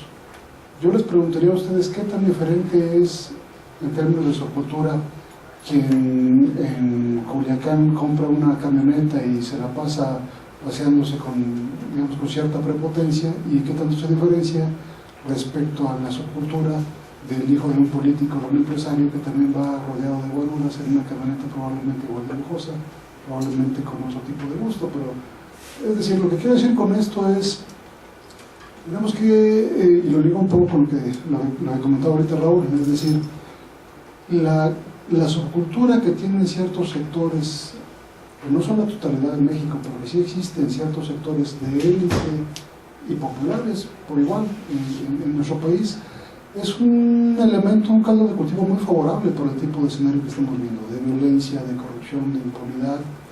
Y con frecuencia se le aplaude, ¿no?, a quien logra con astucia evitar filas o logra con astucia obtener un beneficio de manera regular. Entonces, sí creo que la visión que también eventualmente se puede construir de esto, de que solamente el problema está en el gobierno o solamente está en la alta empresa, no es así. Tenemos como sociedad que ser también bastante autocríticos, y yo creo de todas formas que sí se puede remediar la cuestión. Claro, no es ni inmediato ni fácil, pero sí obliga a repensarnos como sociedad, obliga a vernos con otros criterios, a romper, digamos, los esquemas que favorecen esa impunidad, que favorecen la discriminación tan notable que hay. Cuando tenemos una sociedad en la cual el bombardeo mediático continuo es que si no tienes una residencia, que si no tienes una gran camioneta, que si no tienes a las supermodelos al lado, como individuo no vales nada, pues estás generando un gran problema cuando al mismo tiempo a esa sociedad se le limitan los canales de ascenso social legítimos. Yo creo que esto nos obliga a repensar muchas cosas, nos obliga a repensar, para empezar, digamos, aquí, anclándolo un poquito con lo que comentaban mis amigos y colegas respecto a la nueva condición que hay más allá de nuestra frontera, nos obliga a pensar que no puedes apostarle todo a un mercado externo, es decir, los tipos de redes que favorecieron la construcción de un esquema que iba a anclar el país, el desarrollo y el futuro del país, solamente apostándole a la exportación, solamente apostándole a la existencia de una gran población depauperada con mano de obra barata, pues estamos usando la limitación que aquí tenemos, nos cambió la correlación. Entonces esto lo puede revertir reforzando el mercado interno, y el mercado interno lo tienes que construir a partir de una mejora de salarios, a una mejora de condiciones de vida, y eso de alguna forma también va impactando en otro tipo de sociedad. Ustedes no ven que los noruegos, que los suecos estén descabezando unos a otros. ¿Por qué? Bueno, pues porque finalmente son sociedades menos confrontadas. Y eso, pues eso se va transmitiendo, sí, con instituciones que impongan la aplicación de la ley, pero también, como bien señalabas tú, con una lógica en la cual el Estado que queremos que funcione no es el Estado que funciona gestionando lo ilícito a favor de esa red de personas que dentro de la élite y también dentro de los sectores populares se han beneficiado con ello. Queremos construir una sociedad diferente y un Estado que sea funcional para una sociedad diferente, que cambie los esquemas de acumulación, que sea una sociedad más equitativa. Probablemente cuando logramos construir eso va a ser una sociedad menos confrontada y en la cual ya no vamos a ver tanta violencia, pero bueno, pues eso implica también un esfuerzo largo, del cual seguramente ustedes lo podrán ver, quizás nosotros ya no. Una nota a pie por 2 segundos. Tu pregunta es una pregunta muy interesante, es un debate que hemos visto por años. ¿Cuál es el papel que juega la policía? ¿Cuál es el papel que juega el ejército, las Fuerzas Armadas? No solamente en este país, en Colombia, Brasil, favelas, donde sea. Y una cosa muy interesante, porque nosotros de hecho criticamos la militarización y es un debate muy fuerte en el libro, pero tenemos una perspectiva crítica. Sin embargo, si una persona va a analizar las encuestas, personas en América Latina tienen más confianza en las Fuerzas Armadas que en las Fuerzas Policíacas, en general. ¿Por qué? Si vamos a hablar sobre las Fuerzas Policíacas aquí a nivel local, el argumento es que son corruptas y no tenemos confianza. Entonces hay un elemento que, mira, tenemos un problema, ¿qué es lo que tenemos que hacer? Pero las encuestas dicen que, mira, hay muchas críticas, pero también una cuestión de confianza. Hay muchas personas que quieren tener las Fuerzas Armadas. Otra cosa es, analizamos un poco el tema de narcocultura, de Luis Astorga, aspecto mucho sobre eso, y también ese elemento de la economía informal, que hay debates muy fuertes sobre eso. Lo que intentamos hacer es tener algunas políticas públicas, algunas propuestas. Tal vez estamos equivocados, me imagino que muchos van a criticar y decir que no están de acuerdo, pero al final de cuentas lo que nosotros estamos diciendo es, necesitamos reformas. Es importante que haya más transparencia. Sí, los papás, los hijos, todo eso, la cultura, es importante, no me entienden mal, es fundamental. Sin embargo, ¿por qué tenemos impunidad?